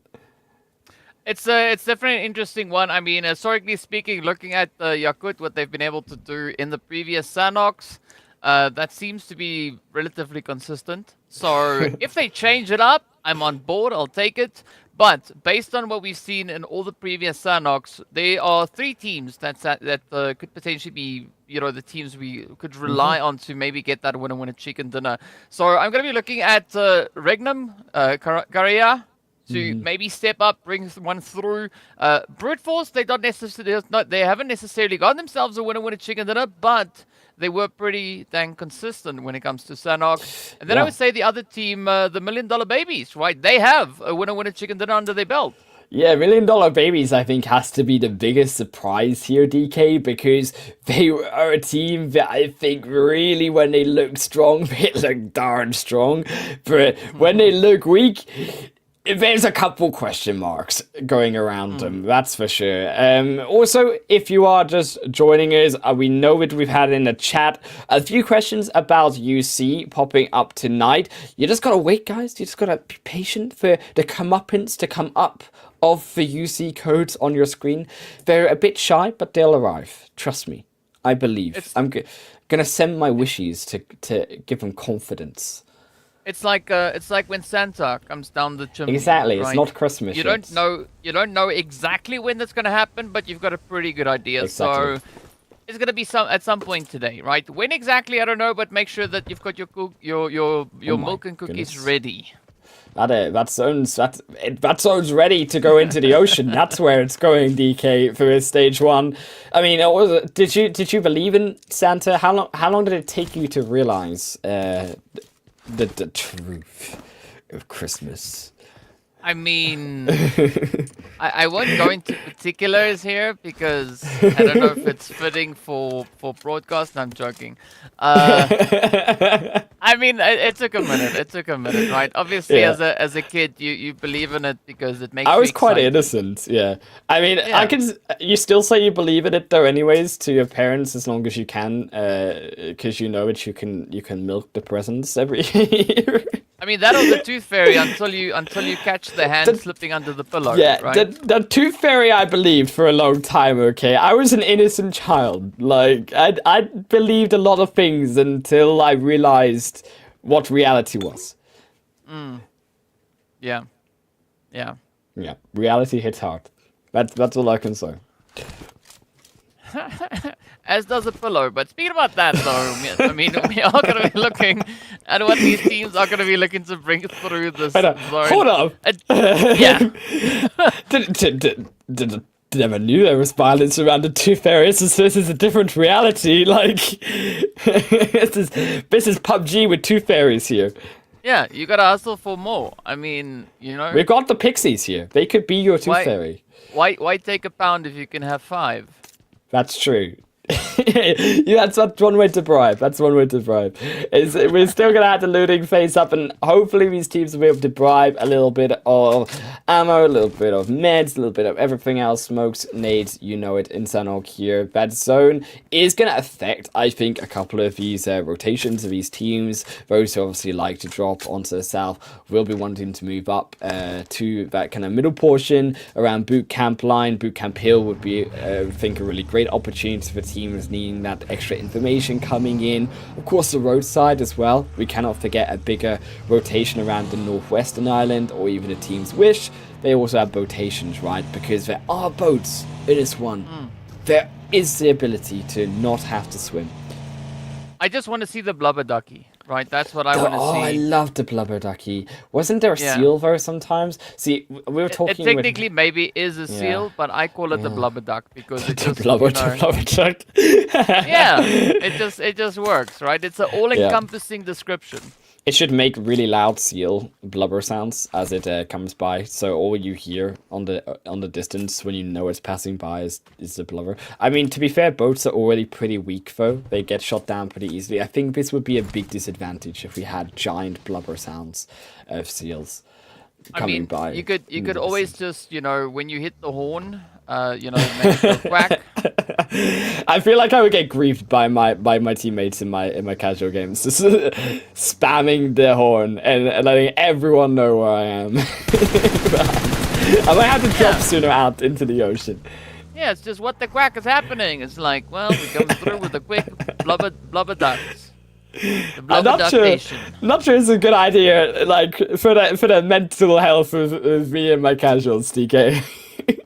No, you gotta risk it. You gotta make it. You gotta utilize the blubber duck. That's why it's there. You know, That's put fair. the quack on, and All or then, nothing. you know, yeah. All or But nothing then with the blubber when you duck. come rushing into a fight, you just say like, you know what?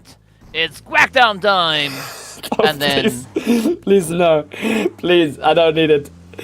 If that's actually what it should be. Is every time so you press the blubber duck, the horn, and as you enter, you crash into the land, and you just hear your voice to the line. Just it's quack down time.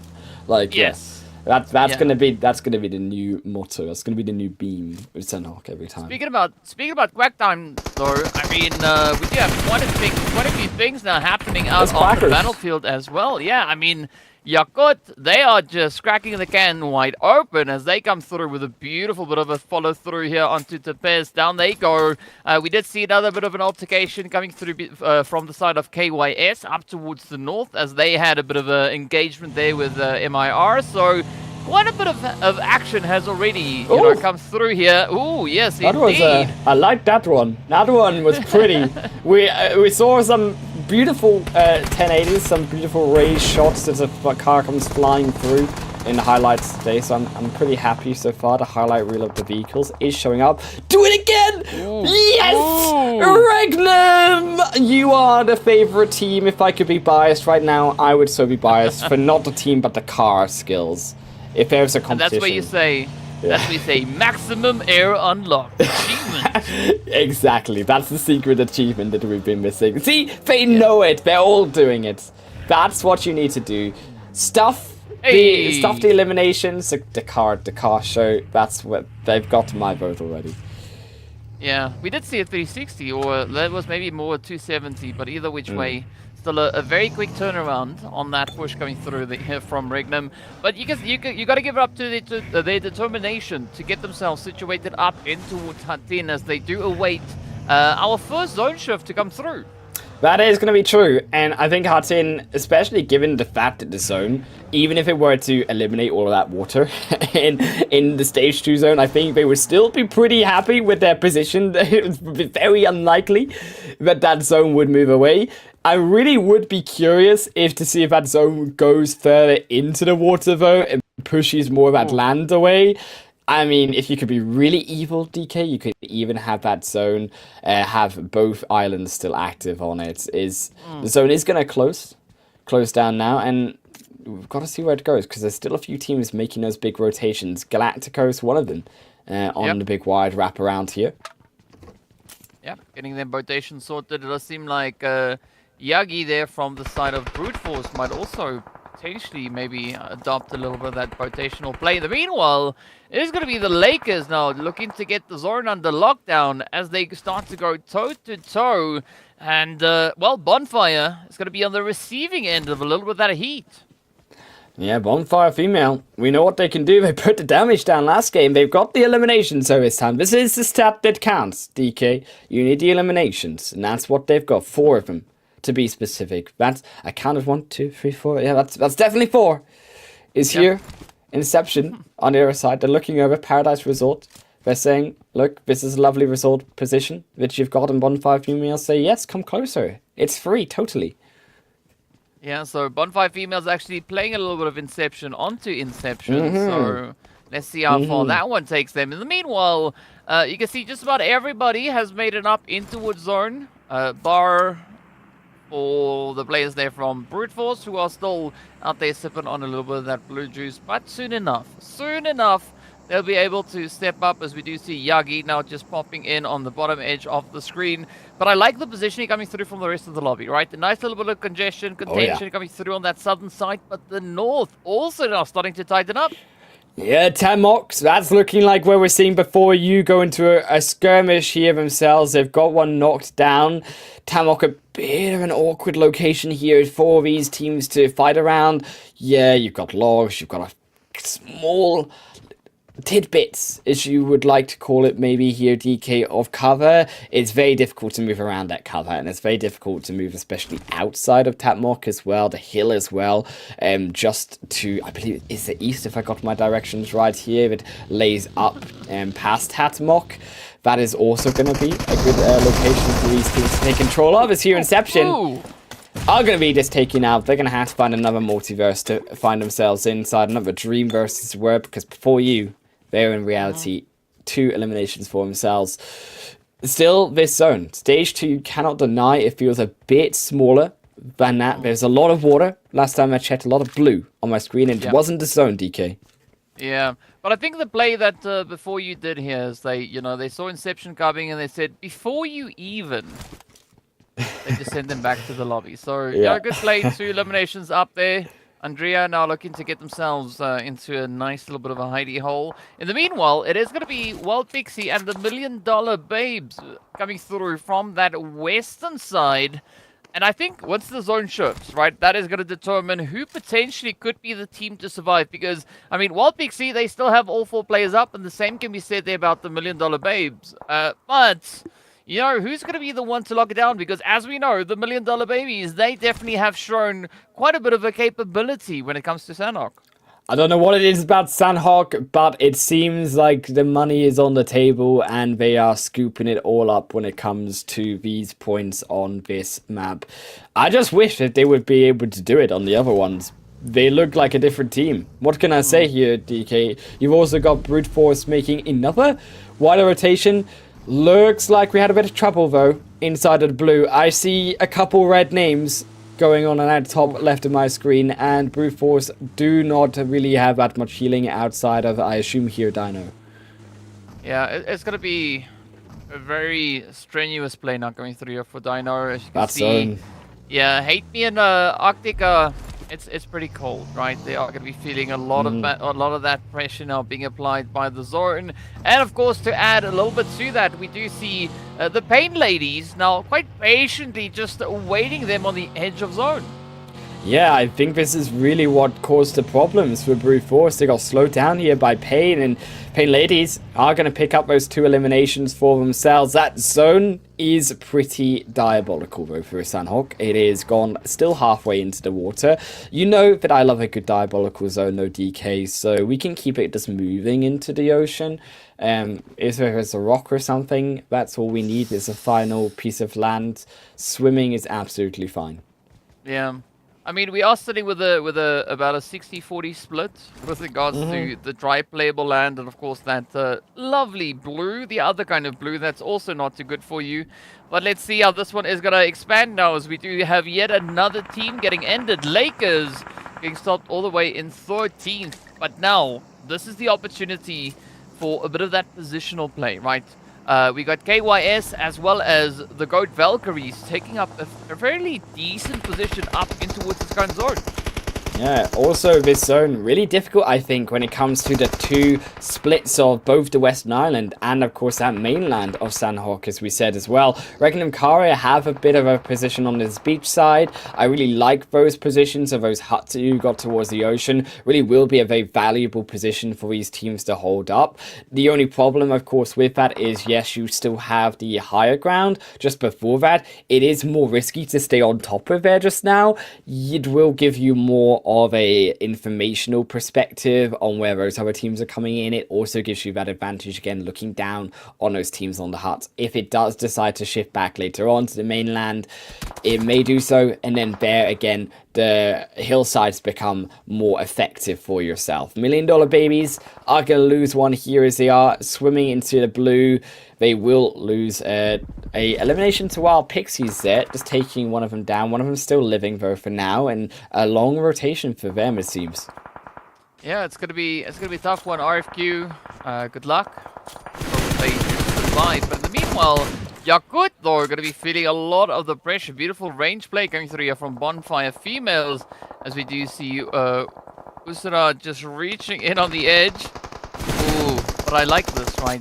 I mean, aside from Bonfire pushing in, we also then have the Galacticos looking to come knocking on the door. But it does seem like Yakut, Spirit, they've got the utilities to try and defend, but not sure how much of a defense they'll be able to uphold here. And this is good from Galacticos. We needed to see this aggression. Ooh. Bit too heavy of aggression. Oh, look, another falls. And now it's down to 1. Quick peek out from Fiano to blow them down. Now goes back to long range. Gets another one. Fiano just cannot get back under the rock though in time. Bonfire Female. Lovely shots coming through from the other hillside. Will buy Lotus as well some breathing room. And I think Yakut now also in some serious trouble. They have their 7 eliminations so for themselves. They just need to survive and get those placement points now. Bonfire Female, another big hitter though. 9 eliminations for them, the full squad. And they're going in for more, as there will be their 10 for Kame will fall out. No redemption for them. I mean, but you got to give a big upstate to Yakut, right? 7 eliminations, that is essentially the biggest match that they've had in Sanhok. Right, so phenomenal play coming through. All things considered for the side of Yakut. Unfortunate that they've been taken out so early on, but who knows? Maybe they can bounce back on day number 2. At least for today, it is what it is. And speaking of which, we are down to our final 11, right? So there's still a lot to be decided, but we do see a bit of an awkward spread coming through, right? Teams focused onto the east and west, and nobody towards the north and south. Yeah, this vehicle is also slightly concerning. They're driving 3 players in it. It is smoking. They will get behind some cover. They'll lose one for now. The smoke's there to cover that zone. Moving over towards the eastern end. Before you still in Tatmok. really actually do agree with this position for before you. At this stage in the game, I would say really just keep this spot for now. Before you should be able to defend Bonfire Female coming into this location. Also with how close you see decide to go Valkyries coming in behind some of these other squads as well, could be another bit of a contesting team if they end up looking over. There is that hill that will protect Bonfire Female from those teams, so as well on the ocean side. Regnum Karya, I also like their position here too. I think that is really the most strong position here out of all of these teams. The central compound on the edge, Go Valkyries trying their best to rotate in. You can see how difficult it will be though for them once they start to get in the line of sight of Regnum. I mean, for Regnum, this does allow quite a bit of flexibility because they are able to adapt and adjust to whatever the teams pushing through from that western side are going to be looking to bring in here. Meanwhile, it's not necessarily the same situation here for Lexa, right? Being a solo, having to try and defend against the advances coming through here from KYS is not going to turn out all too well, as we do have those plays now getting secured.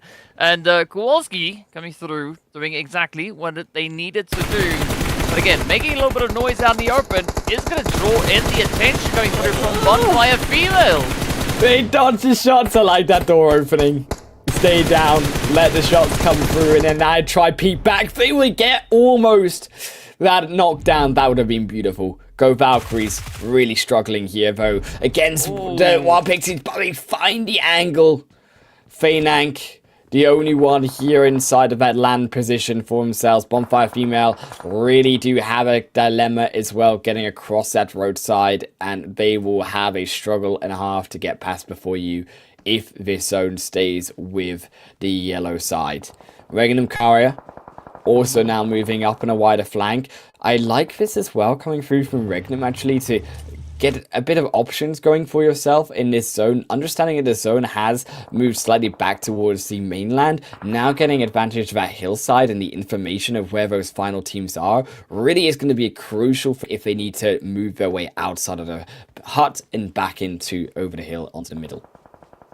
But I gotta say, I'm pretty impressed though with Regnum because they sit with an average of 5 eliminations per match when it comes to Sanhok, and that is exactly where they find themselves right now. But I'm curious to see whether or not they will be able to convert those placement points. It is going to come down to how they play these next few shifts, and really looking at the very favorable position they have, it is looking pretty positive, but still a hard bit of work. It does remain ahead of them. Of course, well, they now do show quite a bit of a dominating angle over on towards the west. Meanwhile, it is going to be Bonfire Female, and before having a bit of an altercation, both teams having to get themselves out of the blue as we do say goodbye to Andrea. Down they are, but Lakers, oh, not even Lakers, it is going to be Payne now looking to push their play up towards the edge of zone. In KYS Virtue, they're pincered now between Bonfire Female and also here Regnum Karya below. Delicia trying to find the angle, but the bullets are coming down. They will get the 1-for-1 trade. Cakes will find Delicia in the end. Kowalski barely alive as well. Look for Cakes, now the only one. They have to step back. Regnum buying now some time here for KYS Virtue to get the numbers back on board too. Bonfire Female down to 14 eliminations though for them. They are on a tear. They will finally fall. But the job has been done by far and large for them. Pain Ladies, they are the ones now in control with this zone with the Bonfire Female squad gone. Stezzy wrapping around. They've still got the 4 players. They should be able to wrap this one out cleanly. Regnum, they have those players back up. You can see though, the moment they step outside here, DK, this is what happens. They get picked off. Stezzy on this angle has even the window. It's going to be difficult for them. I mean, you just got to commend the efforts coming through there from Bonfire, right? Yeah. This, again, being the best Sanhok that we've seen from them. The most insane amount of eliminations they've been able to secure just here. Of course, as we know, Phase 2, they brought through 8. They instead now added even more to that. But speaking of adding even more to it, right? The Pain Ladies, they are showing quite a bit of a dominating presence within this current phase. I mean, Regnum, they're going to have such a tough time rotating out, and that blue zone is going to force their hand. You can say almost nearly the same thing coming through here from KYS Virtue. Yeah, love to split both through from Pain Ladies 2-2, take down both squads simultaneously. Don't let any of them move into the zone. Let the blue zone as well. You can see them hovering back, letting the blue do the damage as much as they can onto Regnum. So brilliant position here. Pain Ladies also, those two onto KYS Virtue, did not step close enough at an angle to where Regnum could actually peek over to that more upper side and take them down.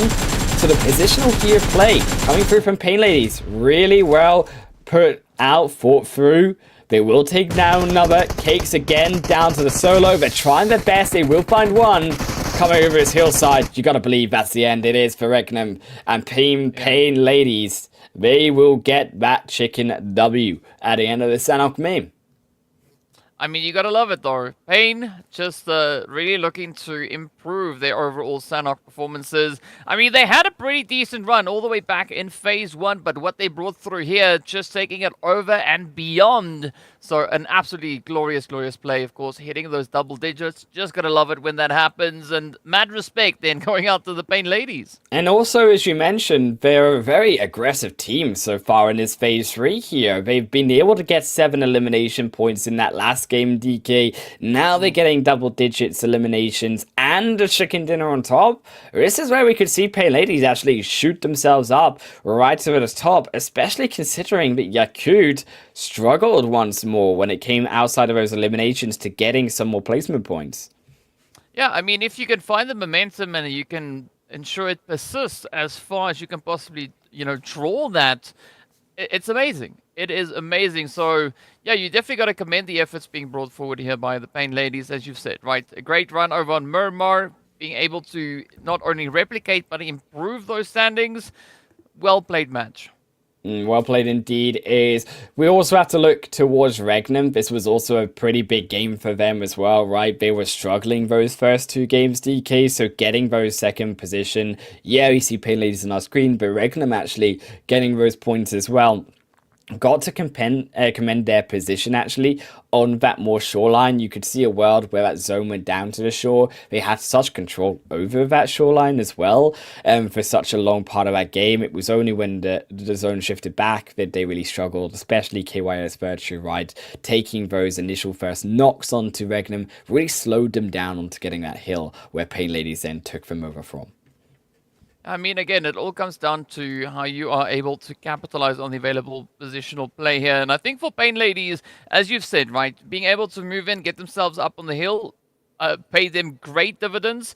But I think to add to that is just how they stepped up with their dominant presence, right? I mean, it's one thing holding onto the spot. It's another thing being able to utilize that position. Yeah, as we said in the game, it really was just a brilliant performance on understanding the angles at which Regnum could take down the Pain Ladies and abusing that to their own advantage to make sure that Regnum were stuck in that pit at the bottom of the hill. They couldn't get back up the blue zone. They used it well here to be able to damage down Regnum while they dealt with KYS Virtue, and that then allowed them to simplify those 2 teams coming at 2 different angles down to 1 team at a time with the help of the blue as that kind of extra person on their team. Yeah, well, that is the thing when it comes to Sanhok, right? You're definitely going to have to watch that blue. And I'm actually curious to see, how much the blue was able to bring on through in this game, as we do see Pain Ladies essentially bringing in the exact result that we saw come through from Yakut back in match number 2. Again, finishing on the double-digit eliminations with that accompanying winner chicken dinner, accounting to 20 total points. So phenomenal stuff, but you got to give it up to Bonfire as well, right? Yeah. I mean, 14 eliminations. That is absolutely crazy. That's an insane amount coming through from Bonfire PMEWL. KYS Virtue really stepping up here on Sanhok, one of their stronger maps as well in that position alongside Regnum. No surprise to see Susu and Usras up towards Usra 5. We will never know. We'll have to ask him if it will be up at that 10 elimination mark shared between them. Also equal damage, I think, here from Bonfire PMEWL, which shows, as we saw in the game, all of them really putting in the work individually as well to work together as a team to get those eliminations on board. KYS, Virtue, Kowalski, there again, no surprise, a familiar face in our top 5. Delicia alongside her and Sarah bring up the rear in that 5th position. Good to see one of the Pain ladies on there. I'm just very impressed with Susu and Kowalski both sitting on exactly the same amount of damage. Yeah, right. that is impressive. I mean, you know how difficult that is. That's teamwork. That's synergy right there. The ultimate. And they're not synergy. even on the same team. I mean, so Yeah. you know, like great minds think alike. So absolutely phenomenal effort coming through, and of course. Well, no surprise, right? Bonfire just lighting the lobby on fire as they secured themselves, 2,000 damage. I mean, this is scary to put into perspective because the amount of eliminations they secured in this game is nearly double what they've been able to secure in match 1 and 2.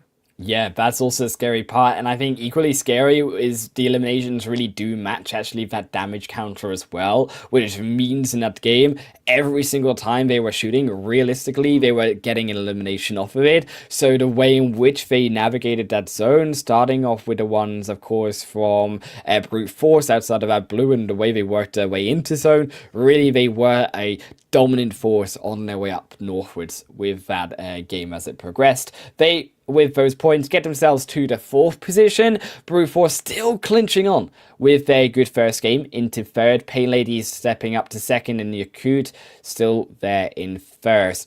There is still a separation of Yakut, 10 points there you can see. The also elimination, so you've got to say 4 placement points out of that game. They just got 22 elimination points here, DK. Yeah, I mean, it's insane, right? So we do have a little bit of a change up coming through with regards to where the teams found themselves before this match, right? Pain Ladies, they were all the way down in 8th position, right? They've already been bringing quite a bit of a gain, right? Going from match 1 to 2, they jumped up 4 slots. Now going from game 2 to game 3, climbing up 6. I mean, that's insane, right? But as we know, if you do what they did in this last match, it is no surprise to see that kind of performance come through.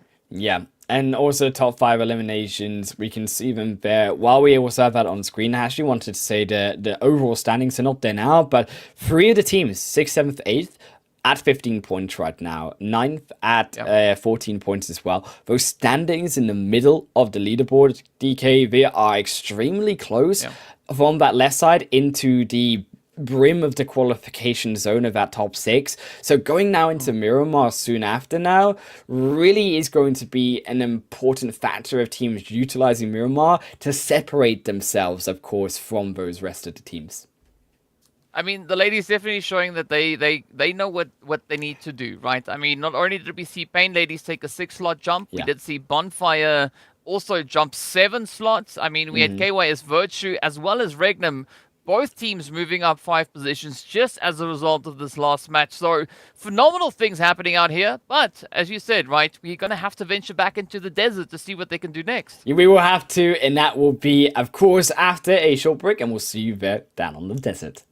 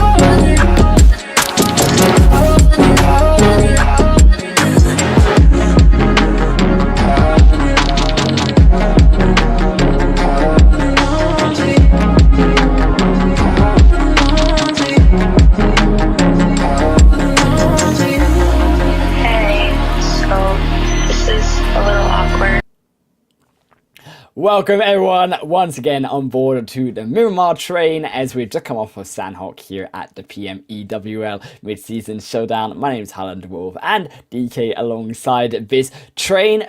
With me here, or you could be inside the train, I hope not alongside the train. That's an English issue here. I mean, I've just come from German. Maybe I shouldn't have been speaking German like in the entire break. It's gonna be a bad idea now moving to English conjugations.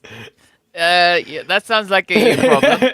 But This is a big move problem. you know, another thing that we do have also, that is brewing is of course our fourth match of the day. We are going to be heading back into the desert to see what our teams are going to be doing, and maybe if we're going to have a bit of a different result come through here. Of course, as we know, we've been taking a look at the statistics coming through from previous phases and also what the teams have been doing so far. I mean, Yakut looked pretty strong when it came to Miramar, so I'm curious as to what Yakut Spirit are going to be looking to do this time around. I mean, they got the second highest amount of eliminations for today on Miramar, only being beaten by Lakers, Monarchy, but it's going to be showdown time, right? I want to see as much of a contentious play coming through between them.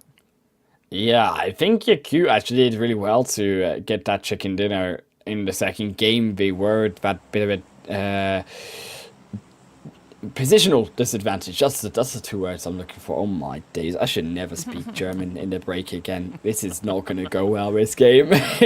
Switch to Spanish now. For Miramar, this is what we need to go to. That is the right language. The correcto language. I cannot. No, I forgot all my Spanish. It was like high school. It was a long time ago. Okay, I just can sound funny and like cool with the L's and like the rolls of the tongue.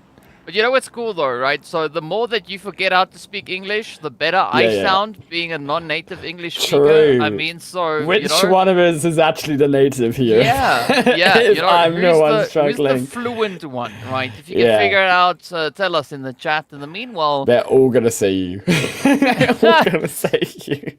Yeah, I mean, who knows? Who knows? But what I want to see definitely is going to be, of course, all the hot and spicy plays that we could potentially be having. I mean, we do have T-Pez and Pain all the way over in towards Bozo, so there's a little bit of excitement. But Soul Goal very isolated from the rest of the team. As you can see, Soul Goal almost at water treatment, right? I mean, maybe a little bit closer towards the creative field, but still, that is quite the starch difference in locations. And speaking about spreads, also Yakut. I mean, they've got a decent handle towards that southwestern side of zone. Yeah, they do have a slight bit of an edge on this 7 side. Controlling around the power grid compound is pretty actually natural, I would say, for teams around this area to loot these locations up. There's not so much you can do unless you're around their power grid itself, and even then you don't need a lot of players to loot up the initial phase. That zone also going up towards the northern side here of teams that we talked about before you as well. I think actually Acute, I wouldn't be surprised to see them move down maybe and try to challenge along the hillside. Keep an eye on where before you are moving. You could capitalize on that zone as well with before you wanting to come up towards that northern hillside. Also, I just want to mention that it is Oasis inside of zone. Yeah, Neptura's favorite position is the water treatment. I'm on Oasis. I mean, there's a little bit of water in Oasis. Yep. So.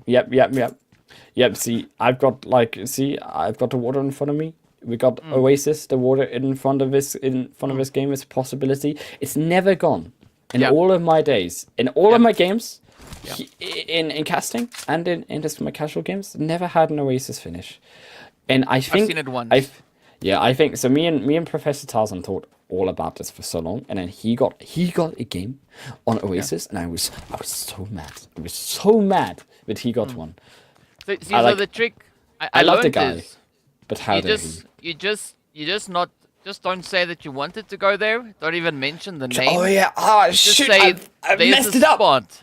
Just say there's a spot over there on the map. There's a spot. And you don't even say which direction. It's just there's a spot on the map which would love to see. There is a certain location on the map that has little blue speckles in around the yellow rings around side of it. And No, that's too specific.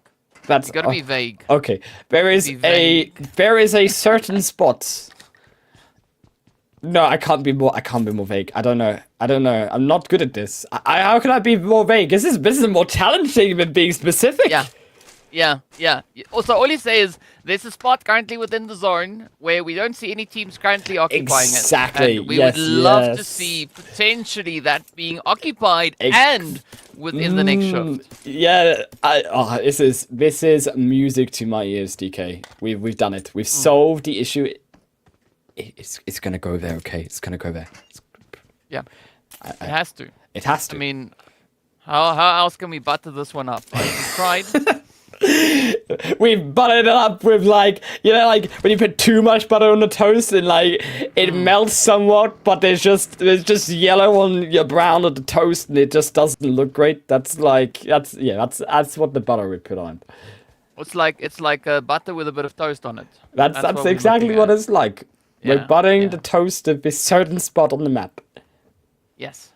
Speaking of toast though, and breakfast, I'm curious to see exactly what the Galacticos are going to be looking to bring through. As we do see them taking a very interesting approach to their position. I mean, they are quite spread out, right? We got Elifs right up close there with KYS, and the rest of the team slowly starting to make their way on through. Maybe this is a big brain strat that we've not seen all too much of. I'm sincerely hoping that that's the case. Is that one of those Casa moments where you say it's sincerely the case and you hope so because it's not something that we've seen all tournament for a reason? I mean, I think that they have an option here. They definitely have the abilities to move around on a sort of wider angle here on the hillsides towards that eastern Nailed end. it. Yeah. I mean, they really could get out of the way. I mean, for sure, I would be very careful on that rotation. I'd like them to take it slow. Of course, being inside a zone, you could expect a couple of teams to be there. Yeah, they are going to get it. Also, Brute Force, a bit of an easier time here for themselves as well. They won't have any sneaky beakies on the end of Puerto Parisia this time, so we'll actually be able to make our way past Impala, as you can see, also make themselves a wider rotation through. I'm curious at how these teams will match out on these more northern locations. There's this location on the northern side where you've got those mountains in the middle, and then you've got that sort of one square compound, that one building, and the like valley around them all. I really think those like trio of mountains on the north, I'm forgetting the name. I'm having a brain moment, but those mountains, they're good spots, okay? They're good spots in this. Those mountains. I mean, and not the ones that we're looking at right now. No. Those ones over there. What am I looking at right now?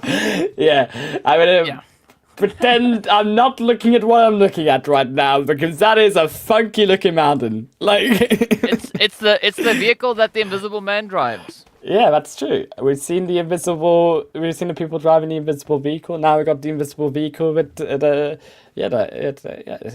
it's blending in. It's called camouflage. This is what they do in like the nature documentaries. They camouflage.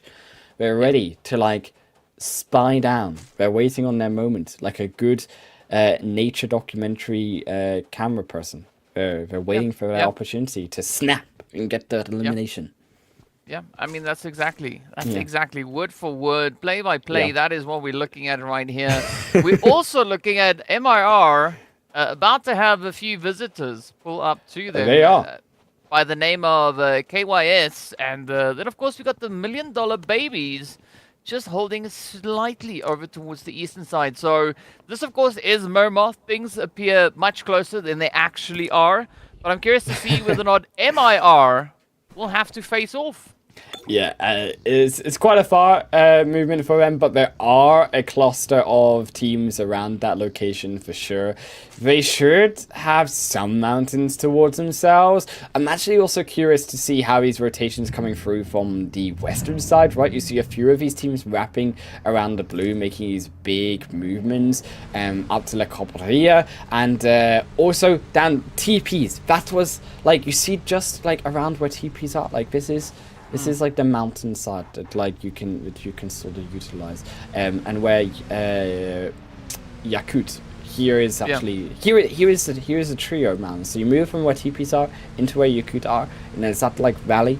That's what I was talking about on your screens. I nailed it. See, that's where the zone's gonna go.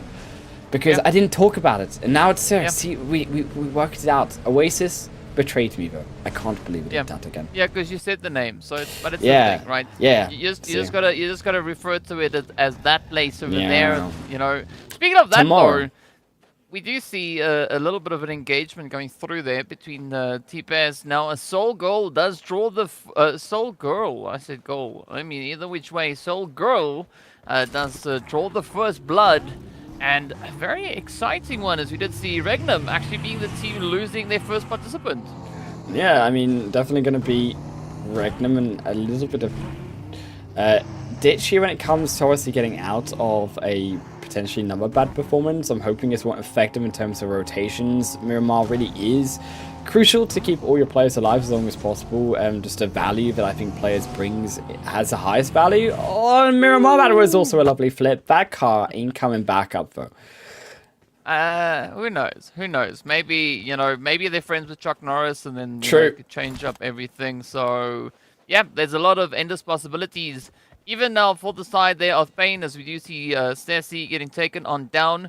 Goat, very, very close to finding yet another bit of an opportunity. They've got Pain, they've got Yakut, they've got a Hard to Kill, all held within the vicinity. So I think this could be a very exciting spot for them. Yeah, again, Go Valkyries have this really nice position. They also have the position that you really want looking over this building right as well. Pain may decide to go to that building. I would expect a team, if we see this zone stay around this area, to really take up one of those building positions.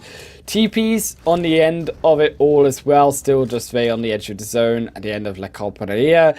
I would also expect actually TPs to maybe make a bit of a wider rotation into the top side of that mountain. I think actually coming up while the zone still has that northern end of the mountain in play and wrapping around would give them some more freedom rather than trying to dive into the center of the zone this late because of their extended looting phase that they've decided to take up.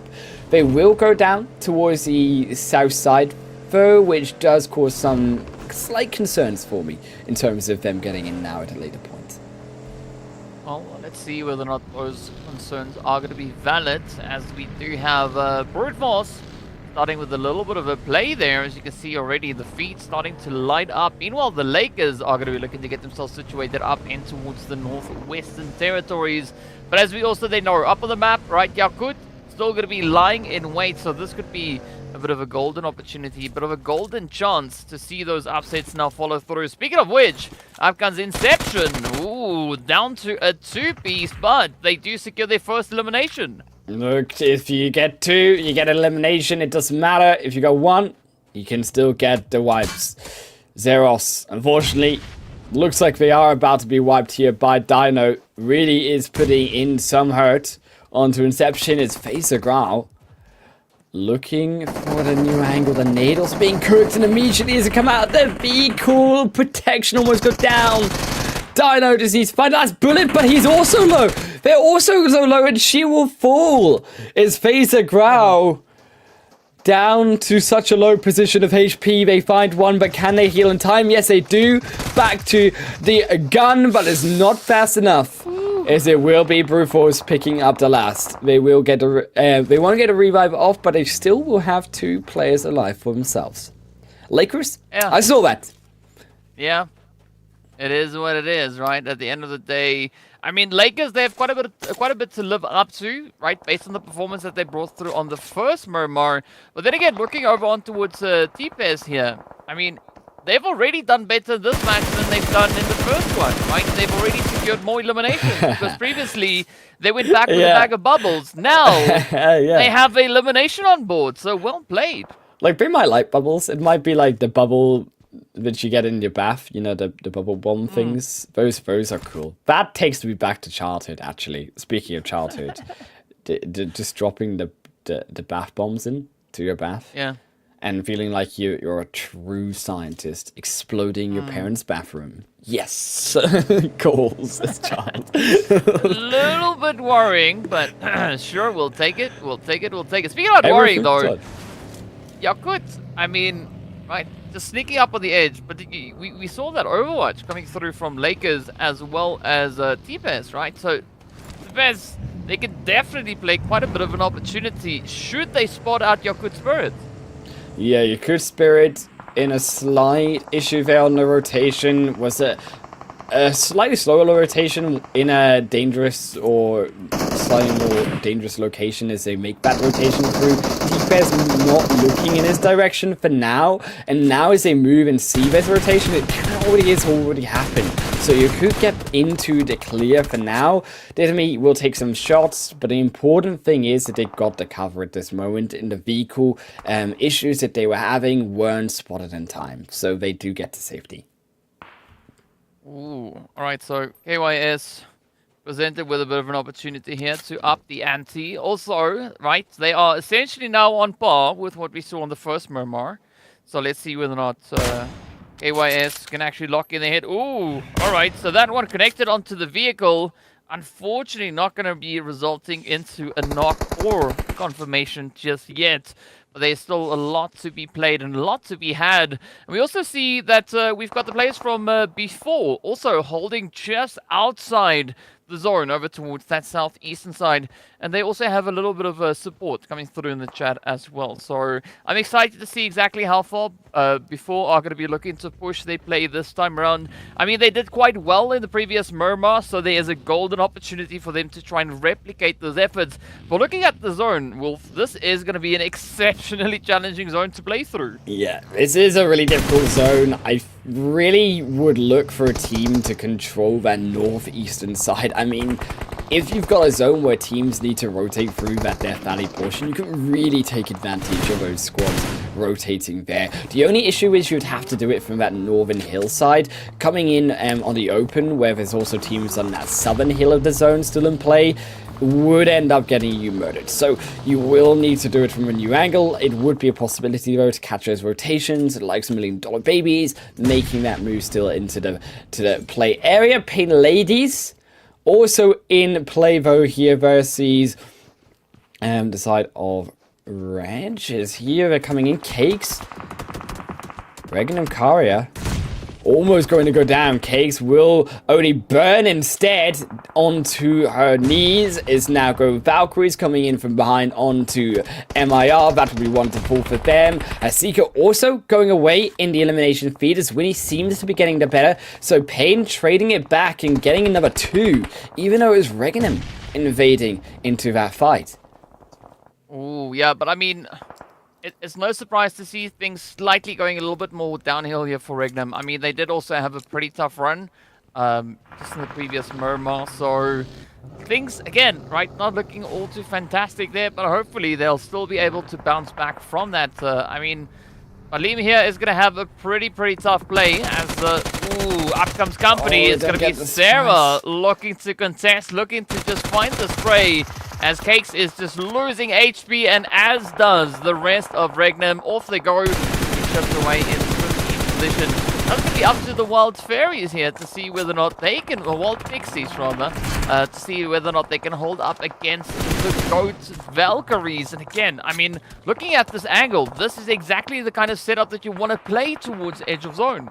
Goats have a really great spot here over while Pixies trying to navigate their way out of that very edge of the zone and get a better spot. You can also see $1 million babies. We're in a fight versus Brewford at Astra, but on the other hand, you also have this third party coming in to the play with Galacticos in addition to that. So there is a bit of a free way fight going on currently. Pain Lady's also going to make it now an extra problem with 4. This top side, as we said, could get a bit feisty around this Death Valley, and it is indeed. Oof, yeah, a little bit of an ouchie there for the $1 million babies, as they are having Yoko down on their knees. But look at this though, right? Zaya sneaking in from behind, up behind the Lakers. I mean, surprisingly though, we've not really seen Lakers being able to replicate the previous Miramar. So far, things looking pretty tough. They've not yet had a good play with regards to those eliminations. But Payne looking to be an absolute nuisance here, right? Looking to see just how many of these different positions they can actually leverage in their favor. Yeah, this is a really much more complicated Miramar when it comes to not having that really big high ground and the way that he angles of his own work. It's just going to be much more difficult for them to be able to continue that dominance. Go Valkyries, I really think that they have a sort of decent spot here coming around Bonfire Female. They just need to close it up a bit. They're still a tiny bit too split when you've got Bonfire Female coming in here and you want that still power. I get that the information needs to come in as well. Those teams though on the bottom of the mountain, they're not going to be as much of a threat. Bonfire Female also won't go for this fight. They will only now look to try get themselves into the zone, so thankfully it looks like they've dodged a bullet. Yeah, well, dodged a bullet indeed, but how many of those bullets will they be able to continue to dodge? Meanwhile, it is going to be KYS Virtue in a bit of a standoff here. The Galacticos coming in, trying to see if they can maybe reach across the barrier here, get those plays secured. Kowalski going to be feeling a little bit of that heat being applied as well, but a beautiful molly finds its way over on towards Delicia. Up comes the play, good response. Kowalski not going to be looking to back down, but they have no other choice as they will instead get ended and shipped out in 11th. Good work through from Galacticos to finish that one through. Yakut, you can see here, right, this is the vulnerability. You start to see multiple angles of issues, you're looking the wrong way, and now suddenly, yeah, Goat Valkyries struggling here to take control of this hillside on that northern edge. There were multiple teams. Bonfire Female weren't there, and yeah, they really do just struggle to look behind them and control this position, so Go Valkyries.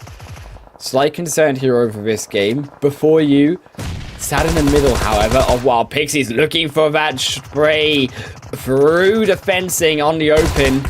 Going now out into the open. Ice Pack, full confidence here to finish through. 3 now of the Wild Pixies with a team flushing them out of this game. There falls the final one. Wild Pixies destroyed outside on the edge.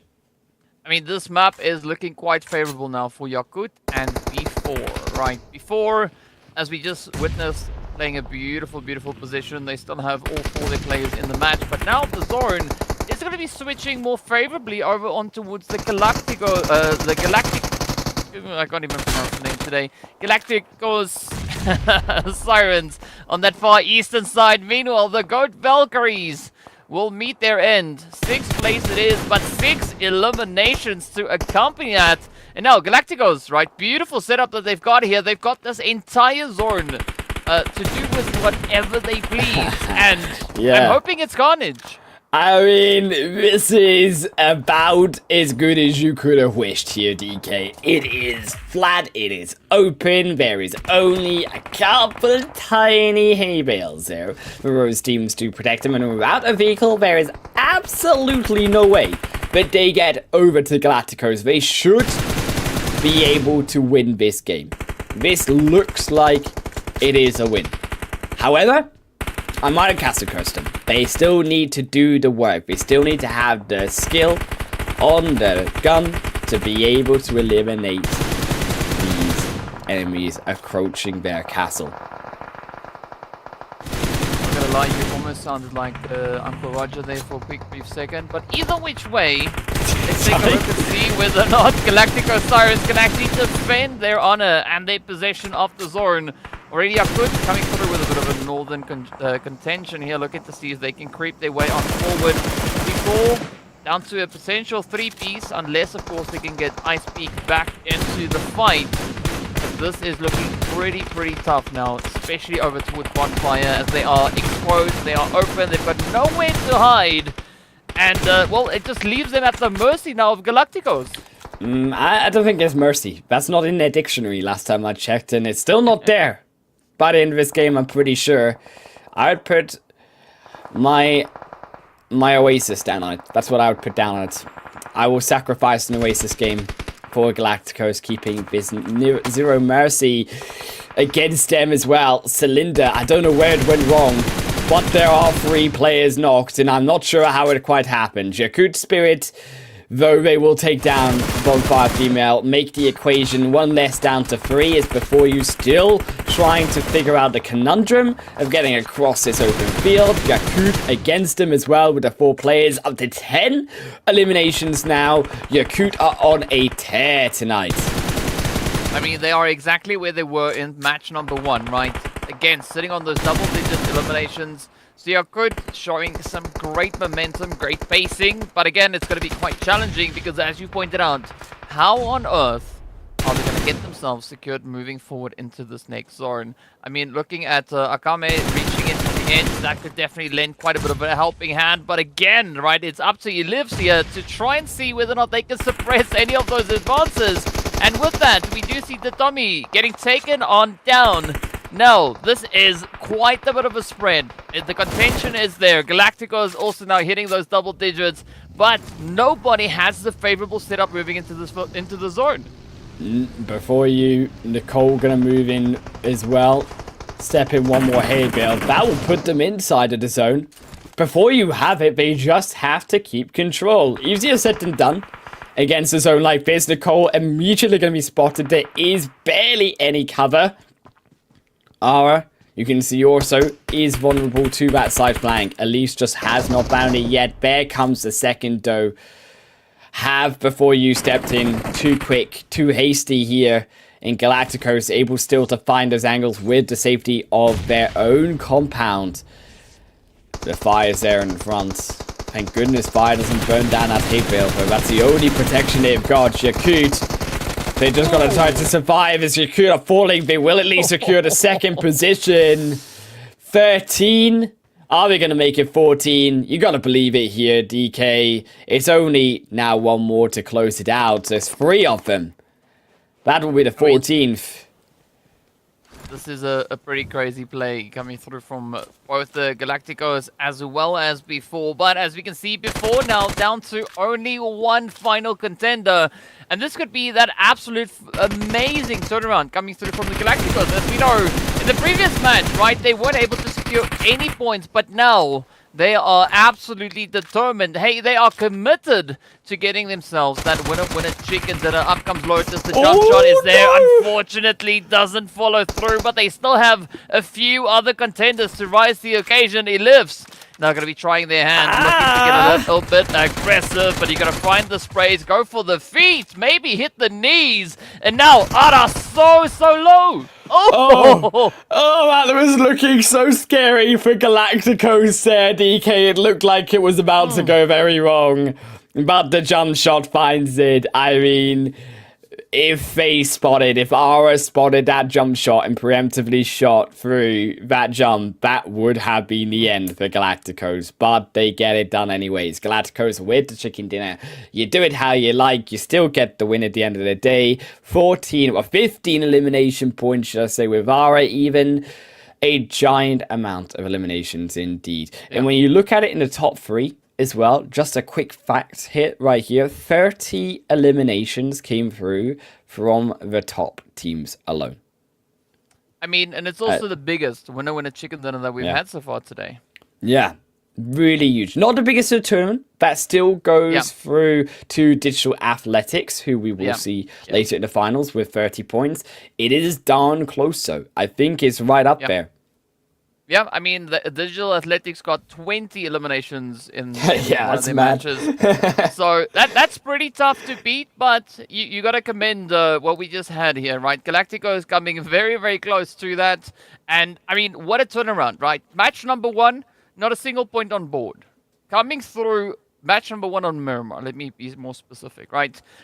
Then the second Miramar of the day, going completely in the opposite direction. Instead of going from donuts, they went to chickens, right?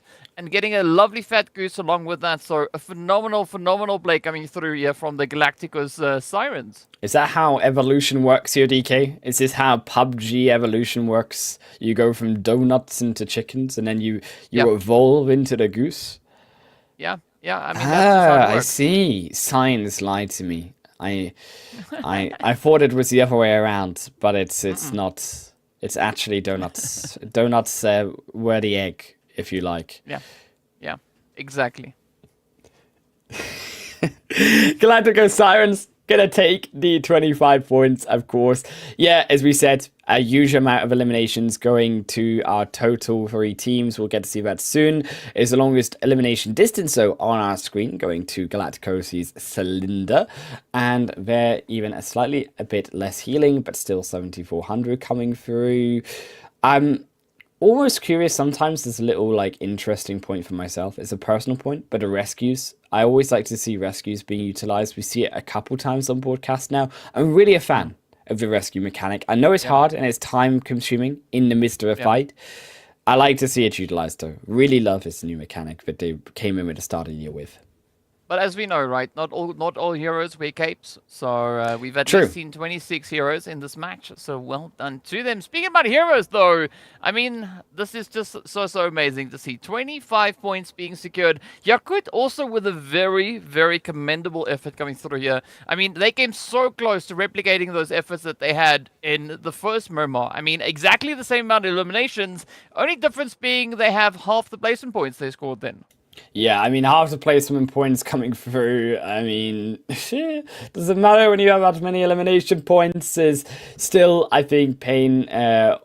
Also coming through there with the points as well as you could before. You can see just above them with those big elimination points, make it actually 31 eliminations just to make it even worse. I mean, you could add Pain in there and you get 38. I mean, is there any more points for him to have at the bottom of the leaderboard? No, because the 10th into 16th position is just 111 and a fat much of zeros. And again, another bit awkward performance coming through from Regnum Kara. KYS Virtue, slightly concerned about these teams coming through into today. They were 2 of the teams that we highlighted, saying they have big expectations. Miramar again struggling here for KYS Virtue, but Regnum, I think, have been the biggest disappointment, if we could to say, in terms of their performance not living up to the expectations we had for them. Yeah, I mean, it definitely has been quite a bit of a tough day, a tough play. I would love to see them, being able to rectify that moving further. One match still. Yeah, that's all they need, right? One match to shake it up completely. But Galacticos, though, coming through with a beautiful representation here. 878, 805 between Elifs and Cylinder. I mean, right, 13 eliminations just between the 2 of them. Yeah, I mean, to have 13 eliminations, which between 2, you would expect it to be between 13 across the whole team. You can see the dominance. This is also going to, quite frankly, shoot them up in that top total eliminations of players. Fiano, again, making it here from Yakut is on, I think, every single player focus this evening. I've not seen her not there, so she's doing well when it comes to consistency and fragging for her team. Yeah, well, definitely, bringing quite a few of those frags on through. But again, looking over on towards the damage graphs, a very consistent performance coming through here between Galacticos and, of course, that of Yakut. I mean, but even though the damage figures are very similar, Galacticos, they were able to convert more of that into those eliminations. Yeah, and this is where I think the success of that building came through, right? You saw that building at the end of the game really was a crucial factor for Galacticos to surviving, especially when it went down to that solo player. That was, I think, shield that they needed to be able to get those players back up. It almost went awry at the end of that game. You get the chicken done though at what they needed at the end of the day. They were able to achieve that success. Yakut as well, doing really well, trying to survive into that second position. In the end, there's just no more space for them to survive, and they also ran out with before you taking that position.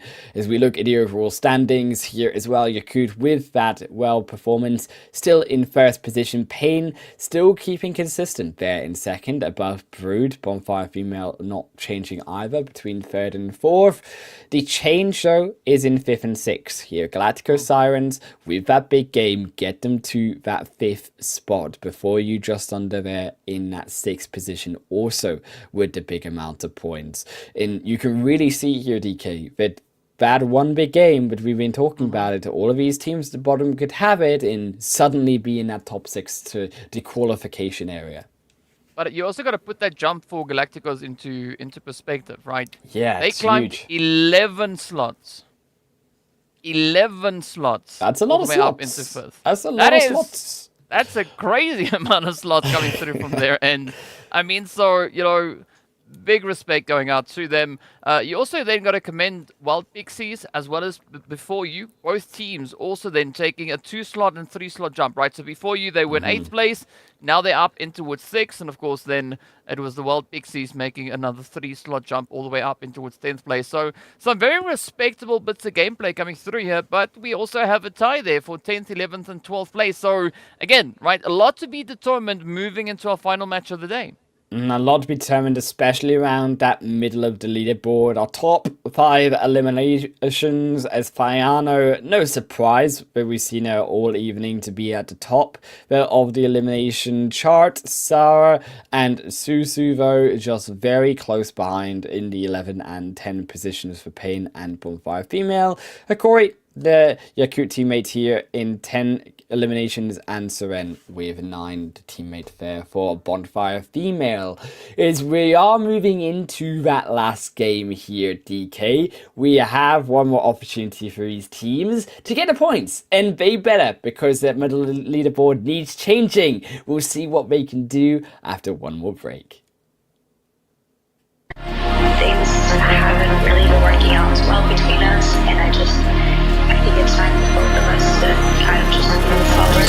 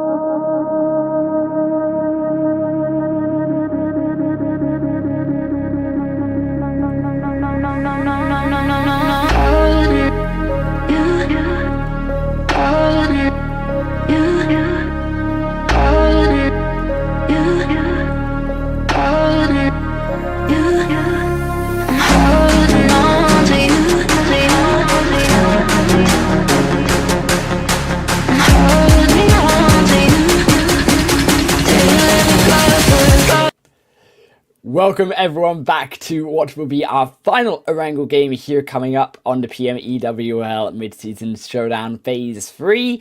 My name is Highland Wolf DK here alongside me. It is just off a heated Miramar Galacticos win where they shot up 11 places, reminder, on that leaderboard here DK to that 5th spot. Can they keep it up though? Because their Erangel has not been looking that great. I mean, yeah, the Erangel today has not been looking all too fantastic, but I mean, they've been having a decent performance, right, all the way back in Phase 1. So I want to see a little bit more of that Galacticos potentially stepping to the battlefield here. So the pressure is going to be on for them to kind of try and, you know, ride on that adrenaline that they just got over in the desert. They're going to add a little bit more vegetation to it to adjust for whatever Erangel is going to be bringing through. Look, vegetation is hard to grow in a desert. It is easier on a green fields. We got to see if they can turn the vegetation into eliminations, though, DK, because that's what they need to climb that leaderboard and stay safe inside that top 6 position, because it is very close on that middle of the leaderboard. We were saying 3 of those teams tied still in points when it comes to that middle there as well. Yeah, and I mean, there's the slightest of gaps between 6th and 7th place, right? Only 3 points. That is going to be the make or break, especially going through this game. But I actually have to commend the performance that we've been looking at come through from the side of Bonfire Female so far today. They are the only team within the top 5 that hold their position without a single winner chicken dinner. Yeah, and that's also interesting to know. I mean, yeah, they also had an absolutely phenomenal Sanhok game. I think that really boosted them. Yet they've still had really consistent performances on the eliminations and other games as well. Miramar in Game 2 was also one to note. They got a couple eliminations here and there in Game 1 and around Game 4. The zone as well for this current game is going to be very nice to all of these teams for now. It always starts off nice, and then it starts off evil. Or ends off evil, should I say, as it will be... I like starting off evil too, but it will have Sanhok there available for the Lakers. Also, with the playing path, crucially here, Lakers actually have an interesting way that they can rotate to Ferry Pier. Teams aren't going for those locations. Very tight, though, on the other hand, in this central belt of Erangel so far.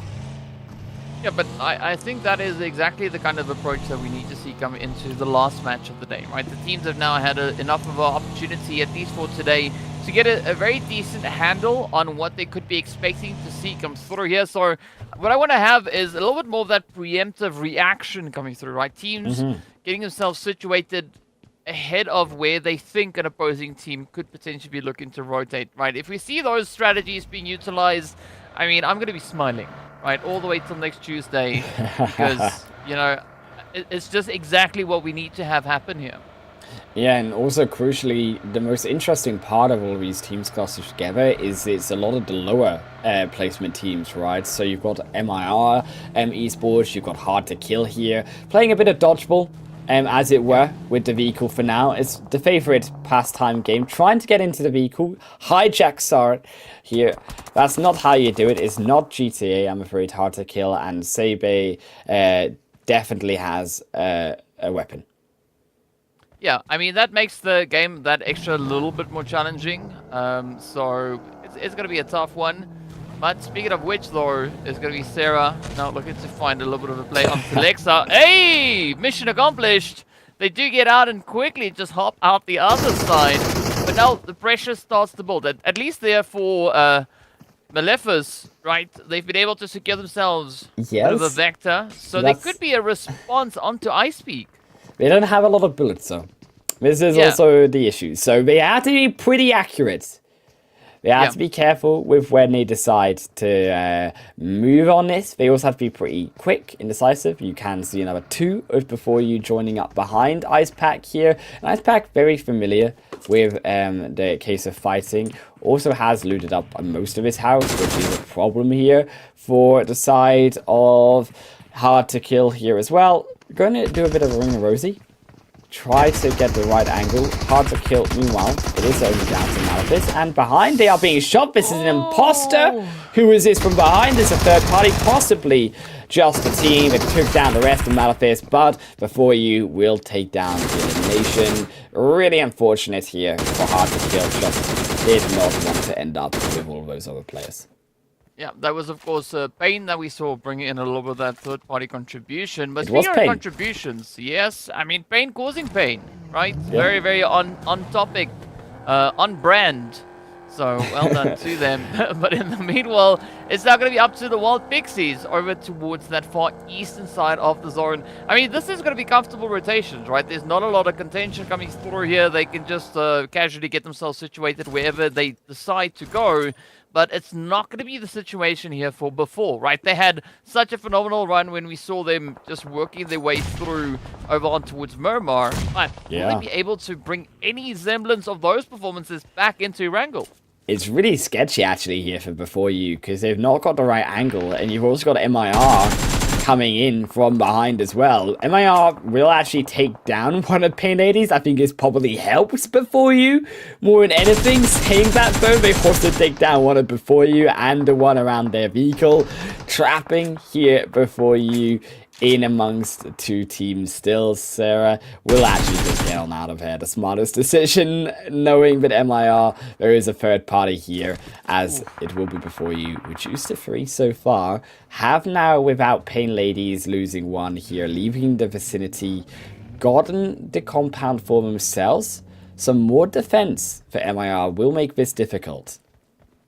Yeah, but especially looking at before, this is quite an important match, right? Because as we know, they are yet to secure points on the map of Wrangle. Sure, yes, they have had their opportunity to get their first elimination, but I'm pretty convinced that they are not going to be satisfied with that, right? They're going to try and, you know, maybe garner a few additional points on top of that 1 elimination. So I'm hoping that before will be able to find the appropriate response onto whatever MIR is looking to do here, right? Whether or not they'll be able to maybe just keep MIR's advances at bay, potentially even maybe a team wipe up into them. And speaking of wipes, Cupquake actually going to get shooketh as they will fall down a hill.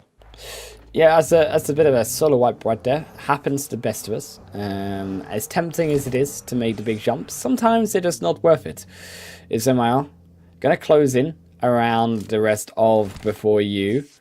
Aura with a nade.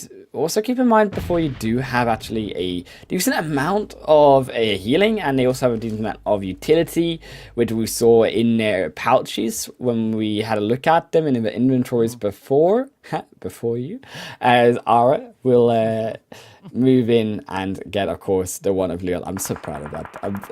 I'm trying my best, okay. I mean, yeah, like GG. It was yeah, GG. It's game 5 after like 16 hours awake. Like they come in small wins, okay?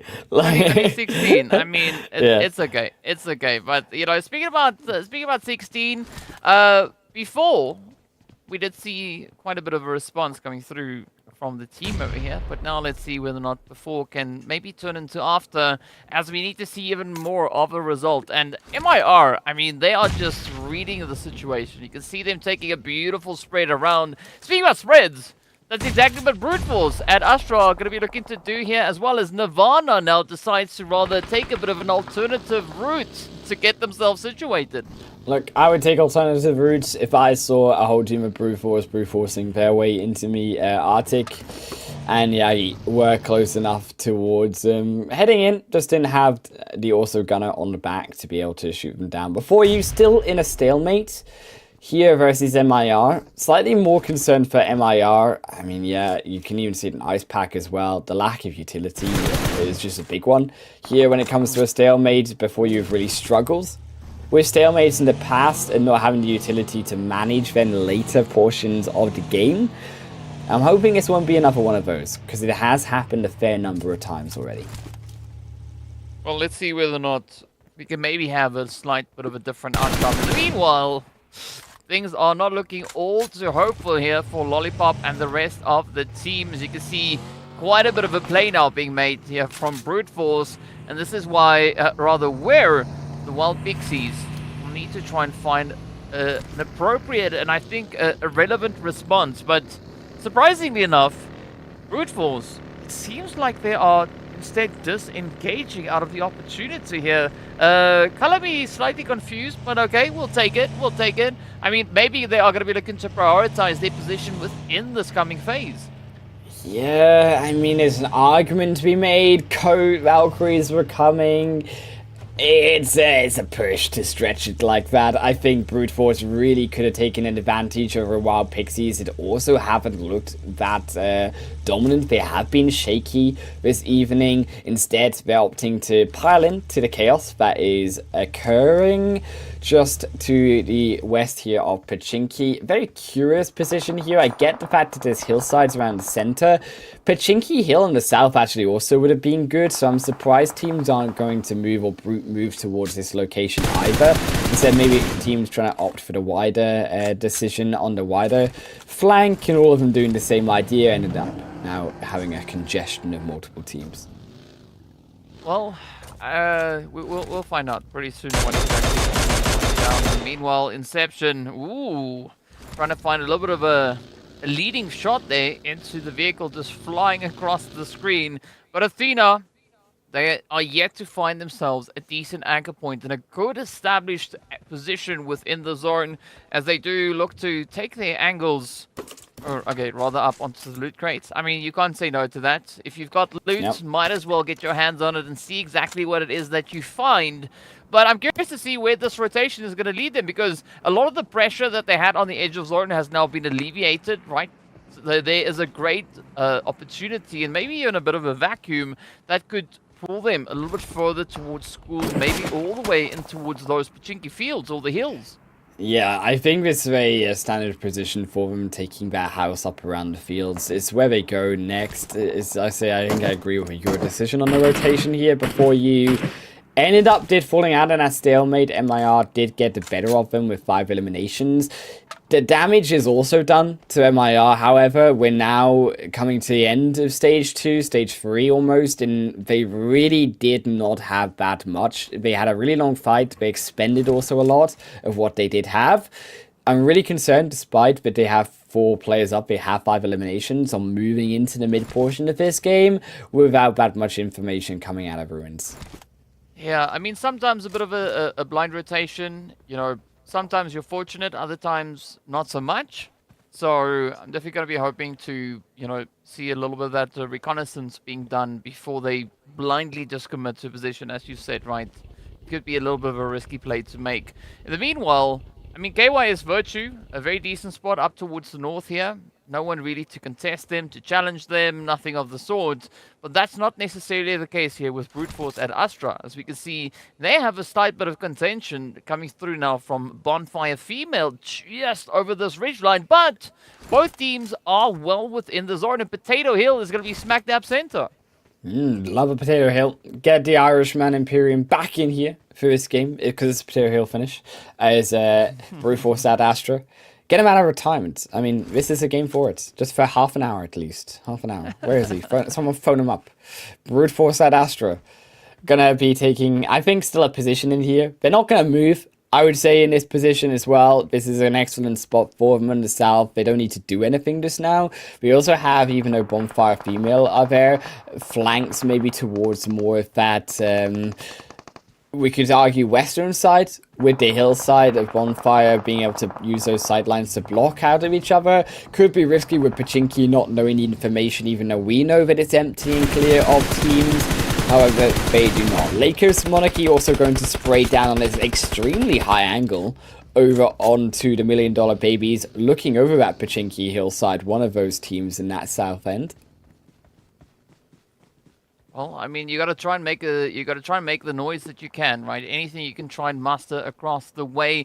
Speaking of which, though, we are seeing even more of a convergence now up towards that center zone. So a lot of that edge positioning now getting turned around as the teams are looking to step up and shake up as much as they can. MIR, I mean, they've been having a phenomenal run so far, right? Leading the charge for those 5 eliminations. And again, looking at what they've been able to bring through in the previous matches, so far this is their highest grossing elimination match that we've had on Erangel. Yeah, just look at that, don't look at the inventories. They're doing amazing. They are definitely going to do really well in this zone without, so just don't look at the bottom of your screen. Just keep your eyes on the heads of the players, and you'll be fine. Is Bonfire Female just below them. They are moving into a dangerous area. They are going to fill in that bottom of their inventory and make that grey into a lovely white all across the bottom there, which is what we want to see those numbers go up. As TP's esports also looking over here, MIR, one of those teams later on in the rotation as well, could look to contest. I actually also think TP's have, from a long range, TP's have an excellent position right now on these changes, of course, Wrangle 2.0, adding those sandbags, those sort of barricades. Really, I think one of those core central positions of the zone. They will be sought after as that zone does begin to close on in. Yakut just going to finish off Go Valkyries. Go Valkyries having a really difficult day, I think, so far this first day. They've got to come in and pull it out of the bag for the next day. Yeah, I mean, either pull a rabbit out of the hat or pull a hat out of a rabbit. Pull out the elimination points, please, not the rabbits. Yeah. That's what they need. The rabbits, the elimination, same thing. When we are talking in PUBG terms, so let's see where they're going to be able to find those. But still, quite a challenging zone being presented to the teams. You can see now taking that shift over on towards the eastern side. But the Tommy, I mean, they've not had to move a single muscle, right? They can just stay there, hold the position. But I think this is where things could maybe get a little bit risky, right? Because that could either be a very sought-after positioning within the zone, or if they're lucky, no one could give two hoots about it and just stay up towards the north and elsewhere.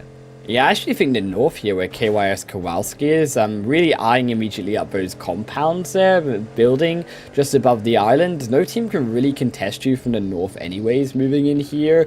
So they would have to come in from this angle coming down the hillside. This is where KYS Virtue can really take advantage of them, including the hillside right now. It still is available on that sort of island location, but they have a bit of a higher ground there and vantage point. So KYS Virtue getting to there really in the race versus Inception should give them this positional advantage. On the south, yeah, it's going to be a lot harder.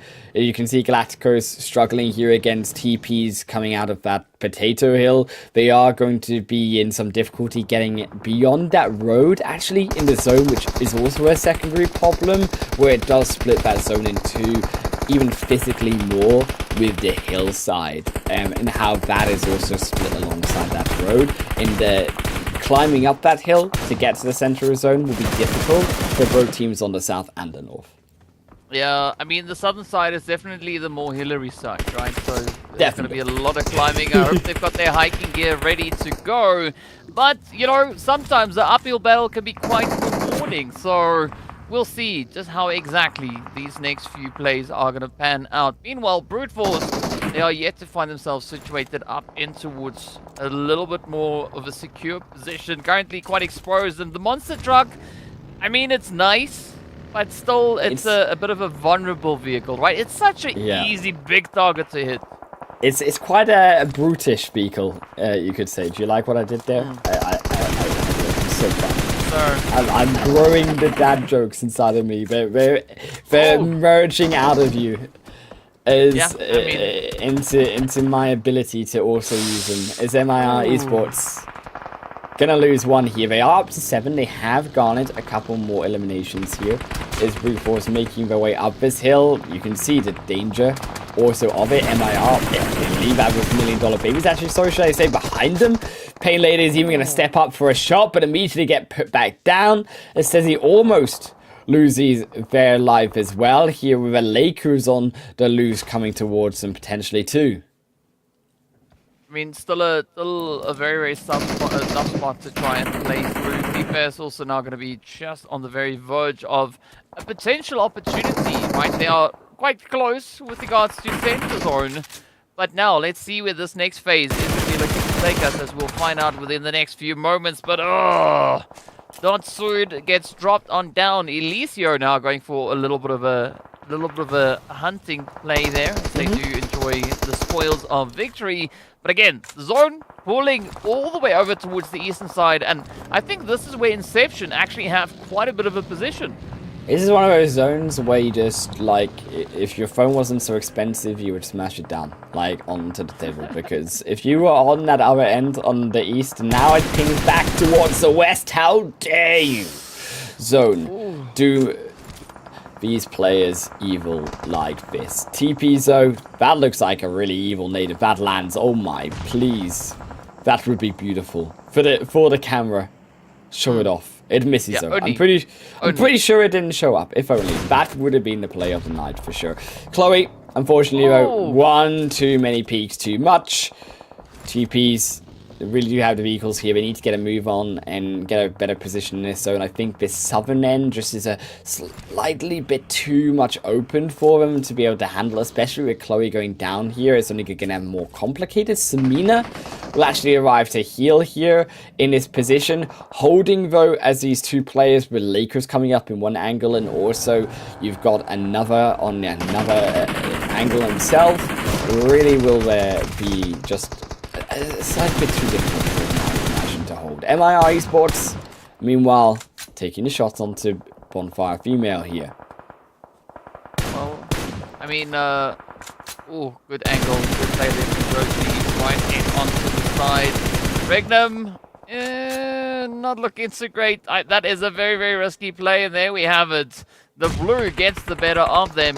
Now it's going to be Lakers trying to see if they can contest against Brute Force. But, I mean, Brute Force already with 5 eliminations up. They hold a slight bit of an advantage, right? They've got that elevation, they've got the numbers. But now, will they be able to manage that and turn it into a favorable place? You do see Arctica actually locking in a hit, just popping off with the hits, the sprays. But again, that doesn't necessarily open up the opportunities, not quite just. Yeah, I mean, Lakers here, they really are going to struggle getting up this mountain. You can see how far the zone is away. Stage 5, they've got no healing. Novisti is going to be shortly out of this world. Yes, it'll be. And that'll be the Lakers out completely. MIR still somehow in this game. I am surprised, to be frank. They had a horrible position to get out of. They're doing their best, but that Wizard Tower is just too poignant of a position. And it is really all that powerful. Well, I mean, maybe we'll see a little bit of that Wingardium Leviosa coming through here. Yes, they are lifting themselves up, you could argue. Yes, yes, with so very up those elimination points. Exactly. But you know, Magic does require quite a bit of something, right? So let's see who's going to be packing a little bit of that something as we are going to be moving even further and further in towards this next phase. But the interesting thing is, you know, the teams, they seem somewhat reluctant. They don't want to take the plunge just yet. I think they're trying to get a pretty good read on what could be coming through here. As you can see, Athena now spotting out a bit of an opportunity, trying to lay into the side there of KYS. And the same thing coming through here from Seren, right? Also trying to dial up the heat all the way from that western side of zone. Yeah, this western side as well. Still got a fair few number of these players in that 4-man squad of Inception. Really a powerful position here. A tool to get in using these vehicles, these players as well. I think wrapping around that northern side really would make a bit more sense. You don't want to move in towards that Wizard Tower. It creates then, of course, that multiple points of pressure moving in. KYS Virtue as well on this eastern side. Yeah, they have the numbers. I think this eastern side slightly more tricky. Actually, in fact, KYS Virtue, though, get into that northern side first. So now Inception have multiple issues that we said could be their downfall. DPS, so getting hit up by Bonfire Female. Seren almost taking down one knock there as they get back undercover. Still quite a long way to go. We still sit with 6 teams up.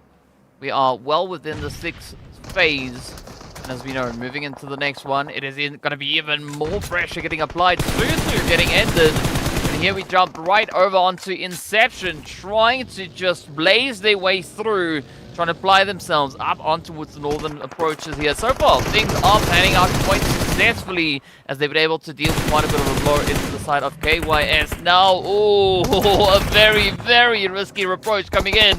But this looks like it could be Inception's opportunity to capitalize on a bit of that carnage. Oh, and they are indeed. So is Bonfire Female. Seren taking one knockdown onto TPs. Almost finds the second. Inception going to finish through Chloe and TPs. They did not manage to hold this central zone. It was always going to be difficult with only that one shack to their name. That hillside really wasn't going to defend them. KYS Virtue, though, gonna fall beforehand. Bonfire Female still with solo, keeping himself alive. Still, these duo, should I say duo? It could be the same with Brute Force at Astra. Keeping himself on the southern end. Move that down to a solo is Hate Me needing to get back onto Arctic here. Yagi would be surprised if they go for this revive. You can see Hate Me looking for it. It's a big, bold revive, though, to try go for this with Inception looking down on you. Yeah, it's a risky play. It is definitely a risky play, but they might be able to secure it, as you can see. I don't agree with this.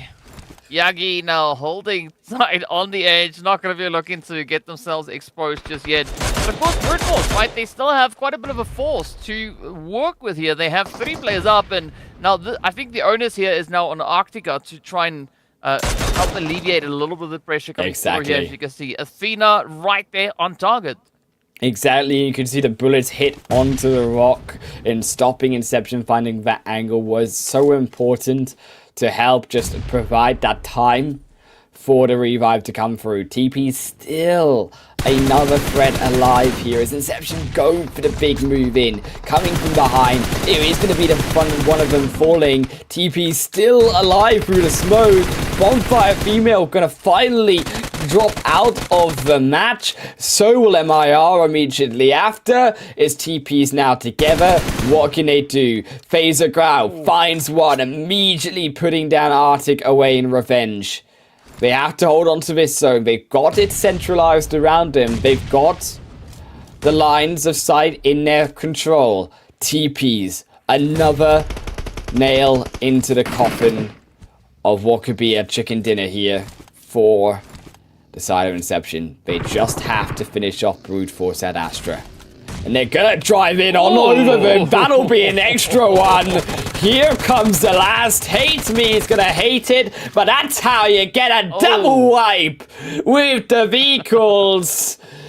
That's the car montage I was looking for all darn day long. I loved Sanhok's drive off the cliffs, but that is gonna take the cake. Yeah, it definitely does take the cake, and maybe even, you know, the chef along with it as well. But a phenomenal performance coming through there from Inception. And what I like about the play that we just witnessed from Inception is they knew what they had to do, right? They knew coming into this match, they've not yet been able to secure any points previously. And now they stepped up. They got right down to business. Not only did they get a winner chicken dinner, but they did so with 14 eliminations. Essentially, every player in this team stepped up. They did what was required from them. And I mean, that even speaks, if you look at the amount of eliminations they brought through, right? We got 4, 4, 4, and 2. Right, so a very, very well-balanced and distributed play coming through there from Inception. And I mean, maybe that is exactly what they were busy with, right? They started with the Inception all the way back in match number 1, you know, alluding to something, but then turning it on its head, making its way forward into match number 5. But also then Brute Force, right? Keeping that consistent play when it comes to Erangel. They just doubled down and performed quite similarly to their first show on Erangel today. Yes, I mean, delving down into those layers, it had to come to the 5th layer itself in that 5th game. Inception, though, proving that they can still hack it with the rest of these teams. 4 to 5 points. God, I lost the last number there. My eyesight's leaving me. Is 277 meters, so I see that number on the longest elimination distance there through from Athena. Is going to be a 6,440 healing. There's a number there that I know Max Man would say it, but I'm not gonna say it. Yeah, just say nice. Yeah, nice. That's yeah. And like you need to like, but you need to click. Like you need the mouth click. Yeah, dude. Yeah, okay. You did a mouth click. Yeah, nice. Yeah. There you go. Yeah, exactly. It's just like just the noise suppression that I've got on is maybe not allowing the clips to Darn come noise through, but suppression. Yeah, just evil. imagine it being there. It was pretty on point. It was pretty on point. So was also the Brute Force getting themselves back, I think, importantly into this night. They had a great first Erangel game. They sort of struggled in these middle matches. And on this end, Erangel also Brute Force proving that they really can manage this map well enough. Equally, I think, really big game for MIR esports.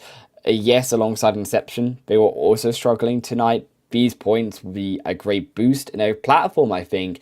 It might not be the boost that Inception have, but a platform, as we say, to get themselves on the way to those more points tomorrow. Yeah, I mean, definitely lays quite a bit of a foundation, right? As we know, tomorrow is going to be the big day. Tomorrow we'll know who will be those 6 teams to move forward to represent up into the finals. And, I mean, talk about a challenge, right? These teams have been throwing quite a few curveballs here today, right? Having to jump through a plethora of hoops all over the place. But you got to commend the consistency that we've been seeing come through from the side of Brute Force. I mean, Yagi coming through with 6 eliminations, nearly 900 damage. Very, very impressive. Yeah, unfortunately, you only get to ring the 1,000 damage bell once tonight. Nepturo would be disappointed. I promise we'll get some more. Well, I can't promise. It's hard to promise, really, isn't it, in the future? But we'll get some more experiences at 1,000 damage. Either way, though, Jose taking up that second position there from MIR. Nice to see them alongside TPES and, of course, Inception on those standings. But as we move to the graphs, the damage only rises that mountain of damage itself, 1,900, 2,200 to 2,800, almost breaking the record in this game for the total damage dealt. I mean, it's impressive, right? It is quite impressive. I mean, still packing a punch of 2,800 damage. That's insane, right? That is just... Oh, yeah. It's crazy. It is so crazy to see. But, you know, big congratulations to you know, those heavy hitting plays that we've had. I mean, it's about time because it shows the progression and, you know, just how these teams are looking to bring in the improvements. Yeah, and you can see with that improvement of Brute Force, for example, closing the gap there versus Yakut in that first position. Also, Inception, another gigantic rise here at DK, up into 6th position. Now before you knock down to 7th, Galactico's down to 8th, and you can see even MIR Esports there right up behind them in that 9th position, that center of the leaderboard between qualification, 29 points space right now, to even down to the 11th position. It really is so close. Only about 10 points, 11 points in it. I mean, it's you know, it's pretty scary to see just how close all of this is. I mean, we've been looking at such a grind come through. I mean, this is only the first day, right? For Yakut to secure themselves 56 points in the first day, that is pretty impressive. I mean, yes, we've seen some pretty big scores also in being secured across the way in the previous phases, but I mean, this is exactly the kind of you know, starting point that these teams need now to follow through, complete day 2, and add even more matches and more insane action to the tally. Indeed they will, because there's still another 5-game journey to go tomorrow. Meanwhile, though, at the end of this first day, our top 5 eliminations lie with Fiano. For Yakut still there with 14 eliminations. Yagi from Brute Force stepping up now to 13, edging out Susu there with 12 for Bonfire Female. Team Pain Sarah with 11, and Hakori in that 5th place for, again, Yakut with 10. And I think having 2 players of your team on that top 5 really says it all in how dominant Yakut were in the games that they did well on. I mean, Yakut, the moment we saw them getting to the top, they essentially just were able to maintain a very consistent play, right? Just ensure that they acquire the points and that they are going to be holding on to that top position. But of course, you know, we just have to commend the performance that we saw from Inception come through in this last match. I mean, they jumped 10 slots. 10 slots. Yeah. As a 10 result slots. of a beautiful chicken.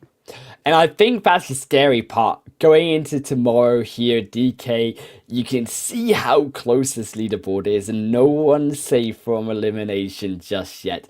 We'll have to see who gets those top 6 final places in the finals tomorrow for our final day of Phase 3, and that opportunity to compete again for that $7,000 prize pool in the finals. It'll be same time, same plays with myself and DK. We'll see you there tomorrow. Good night.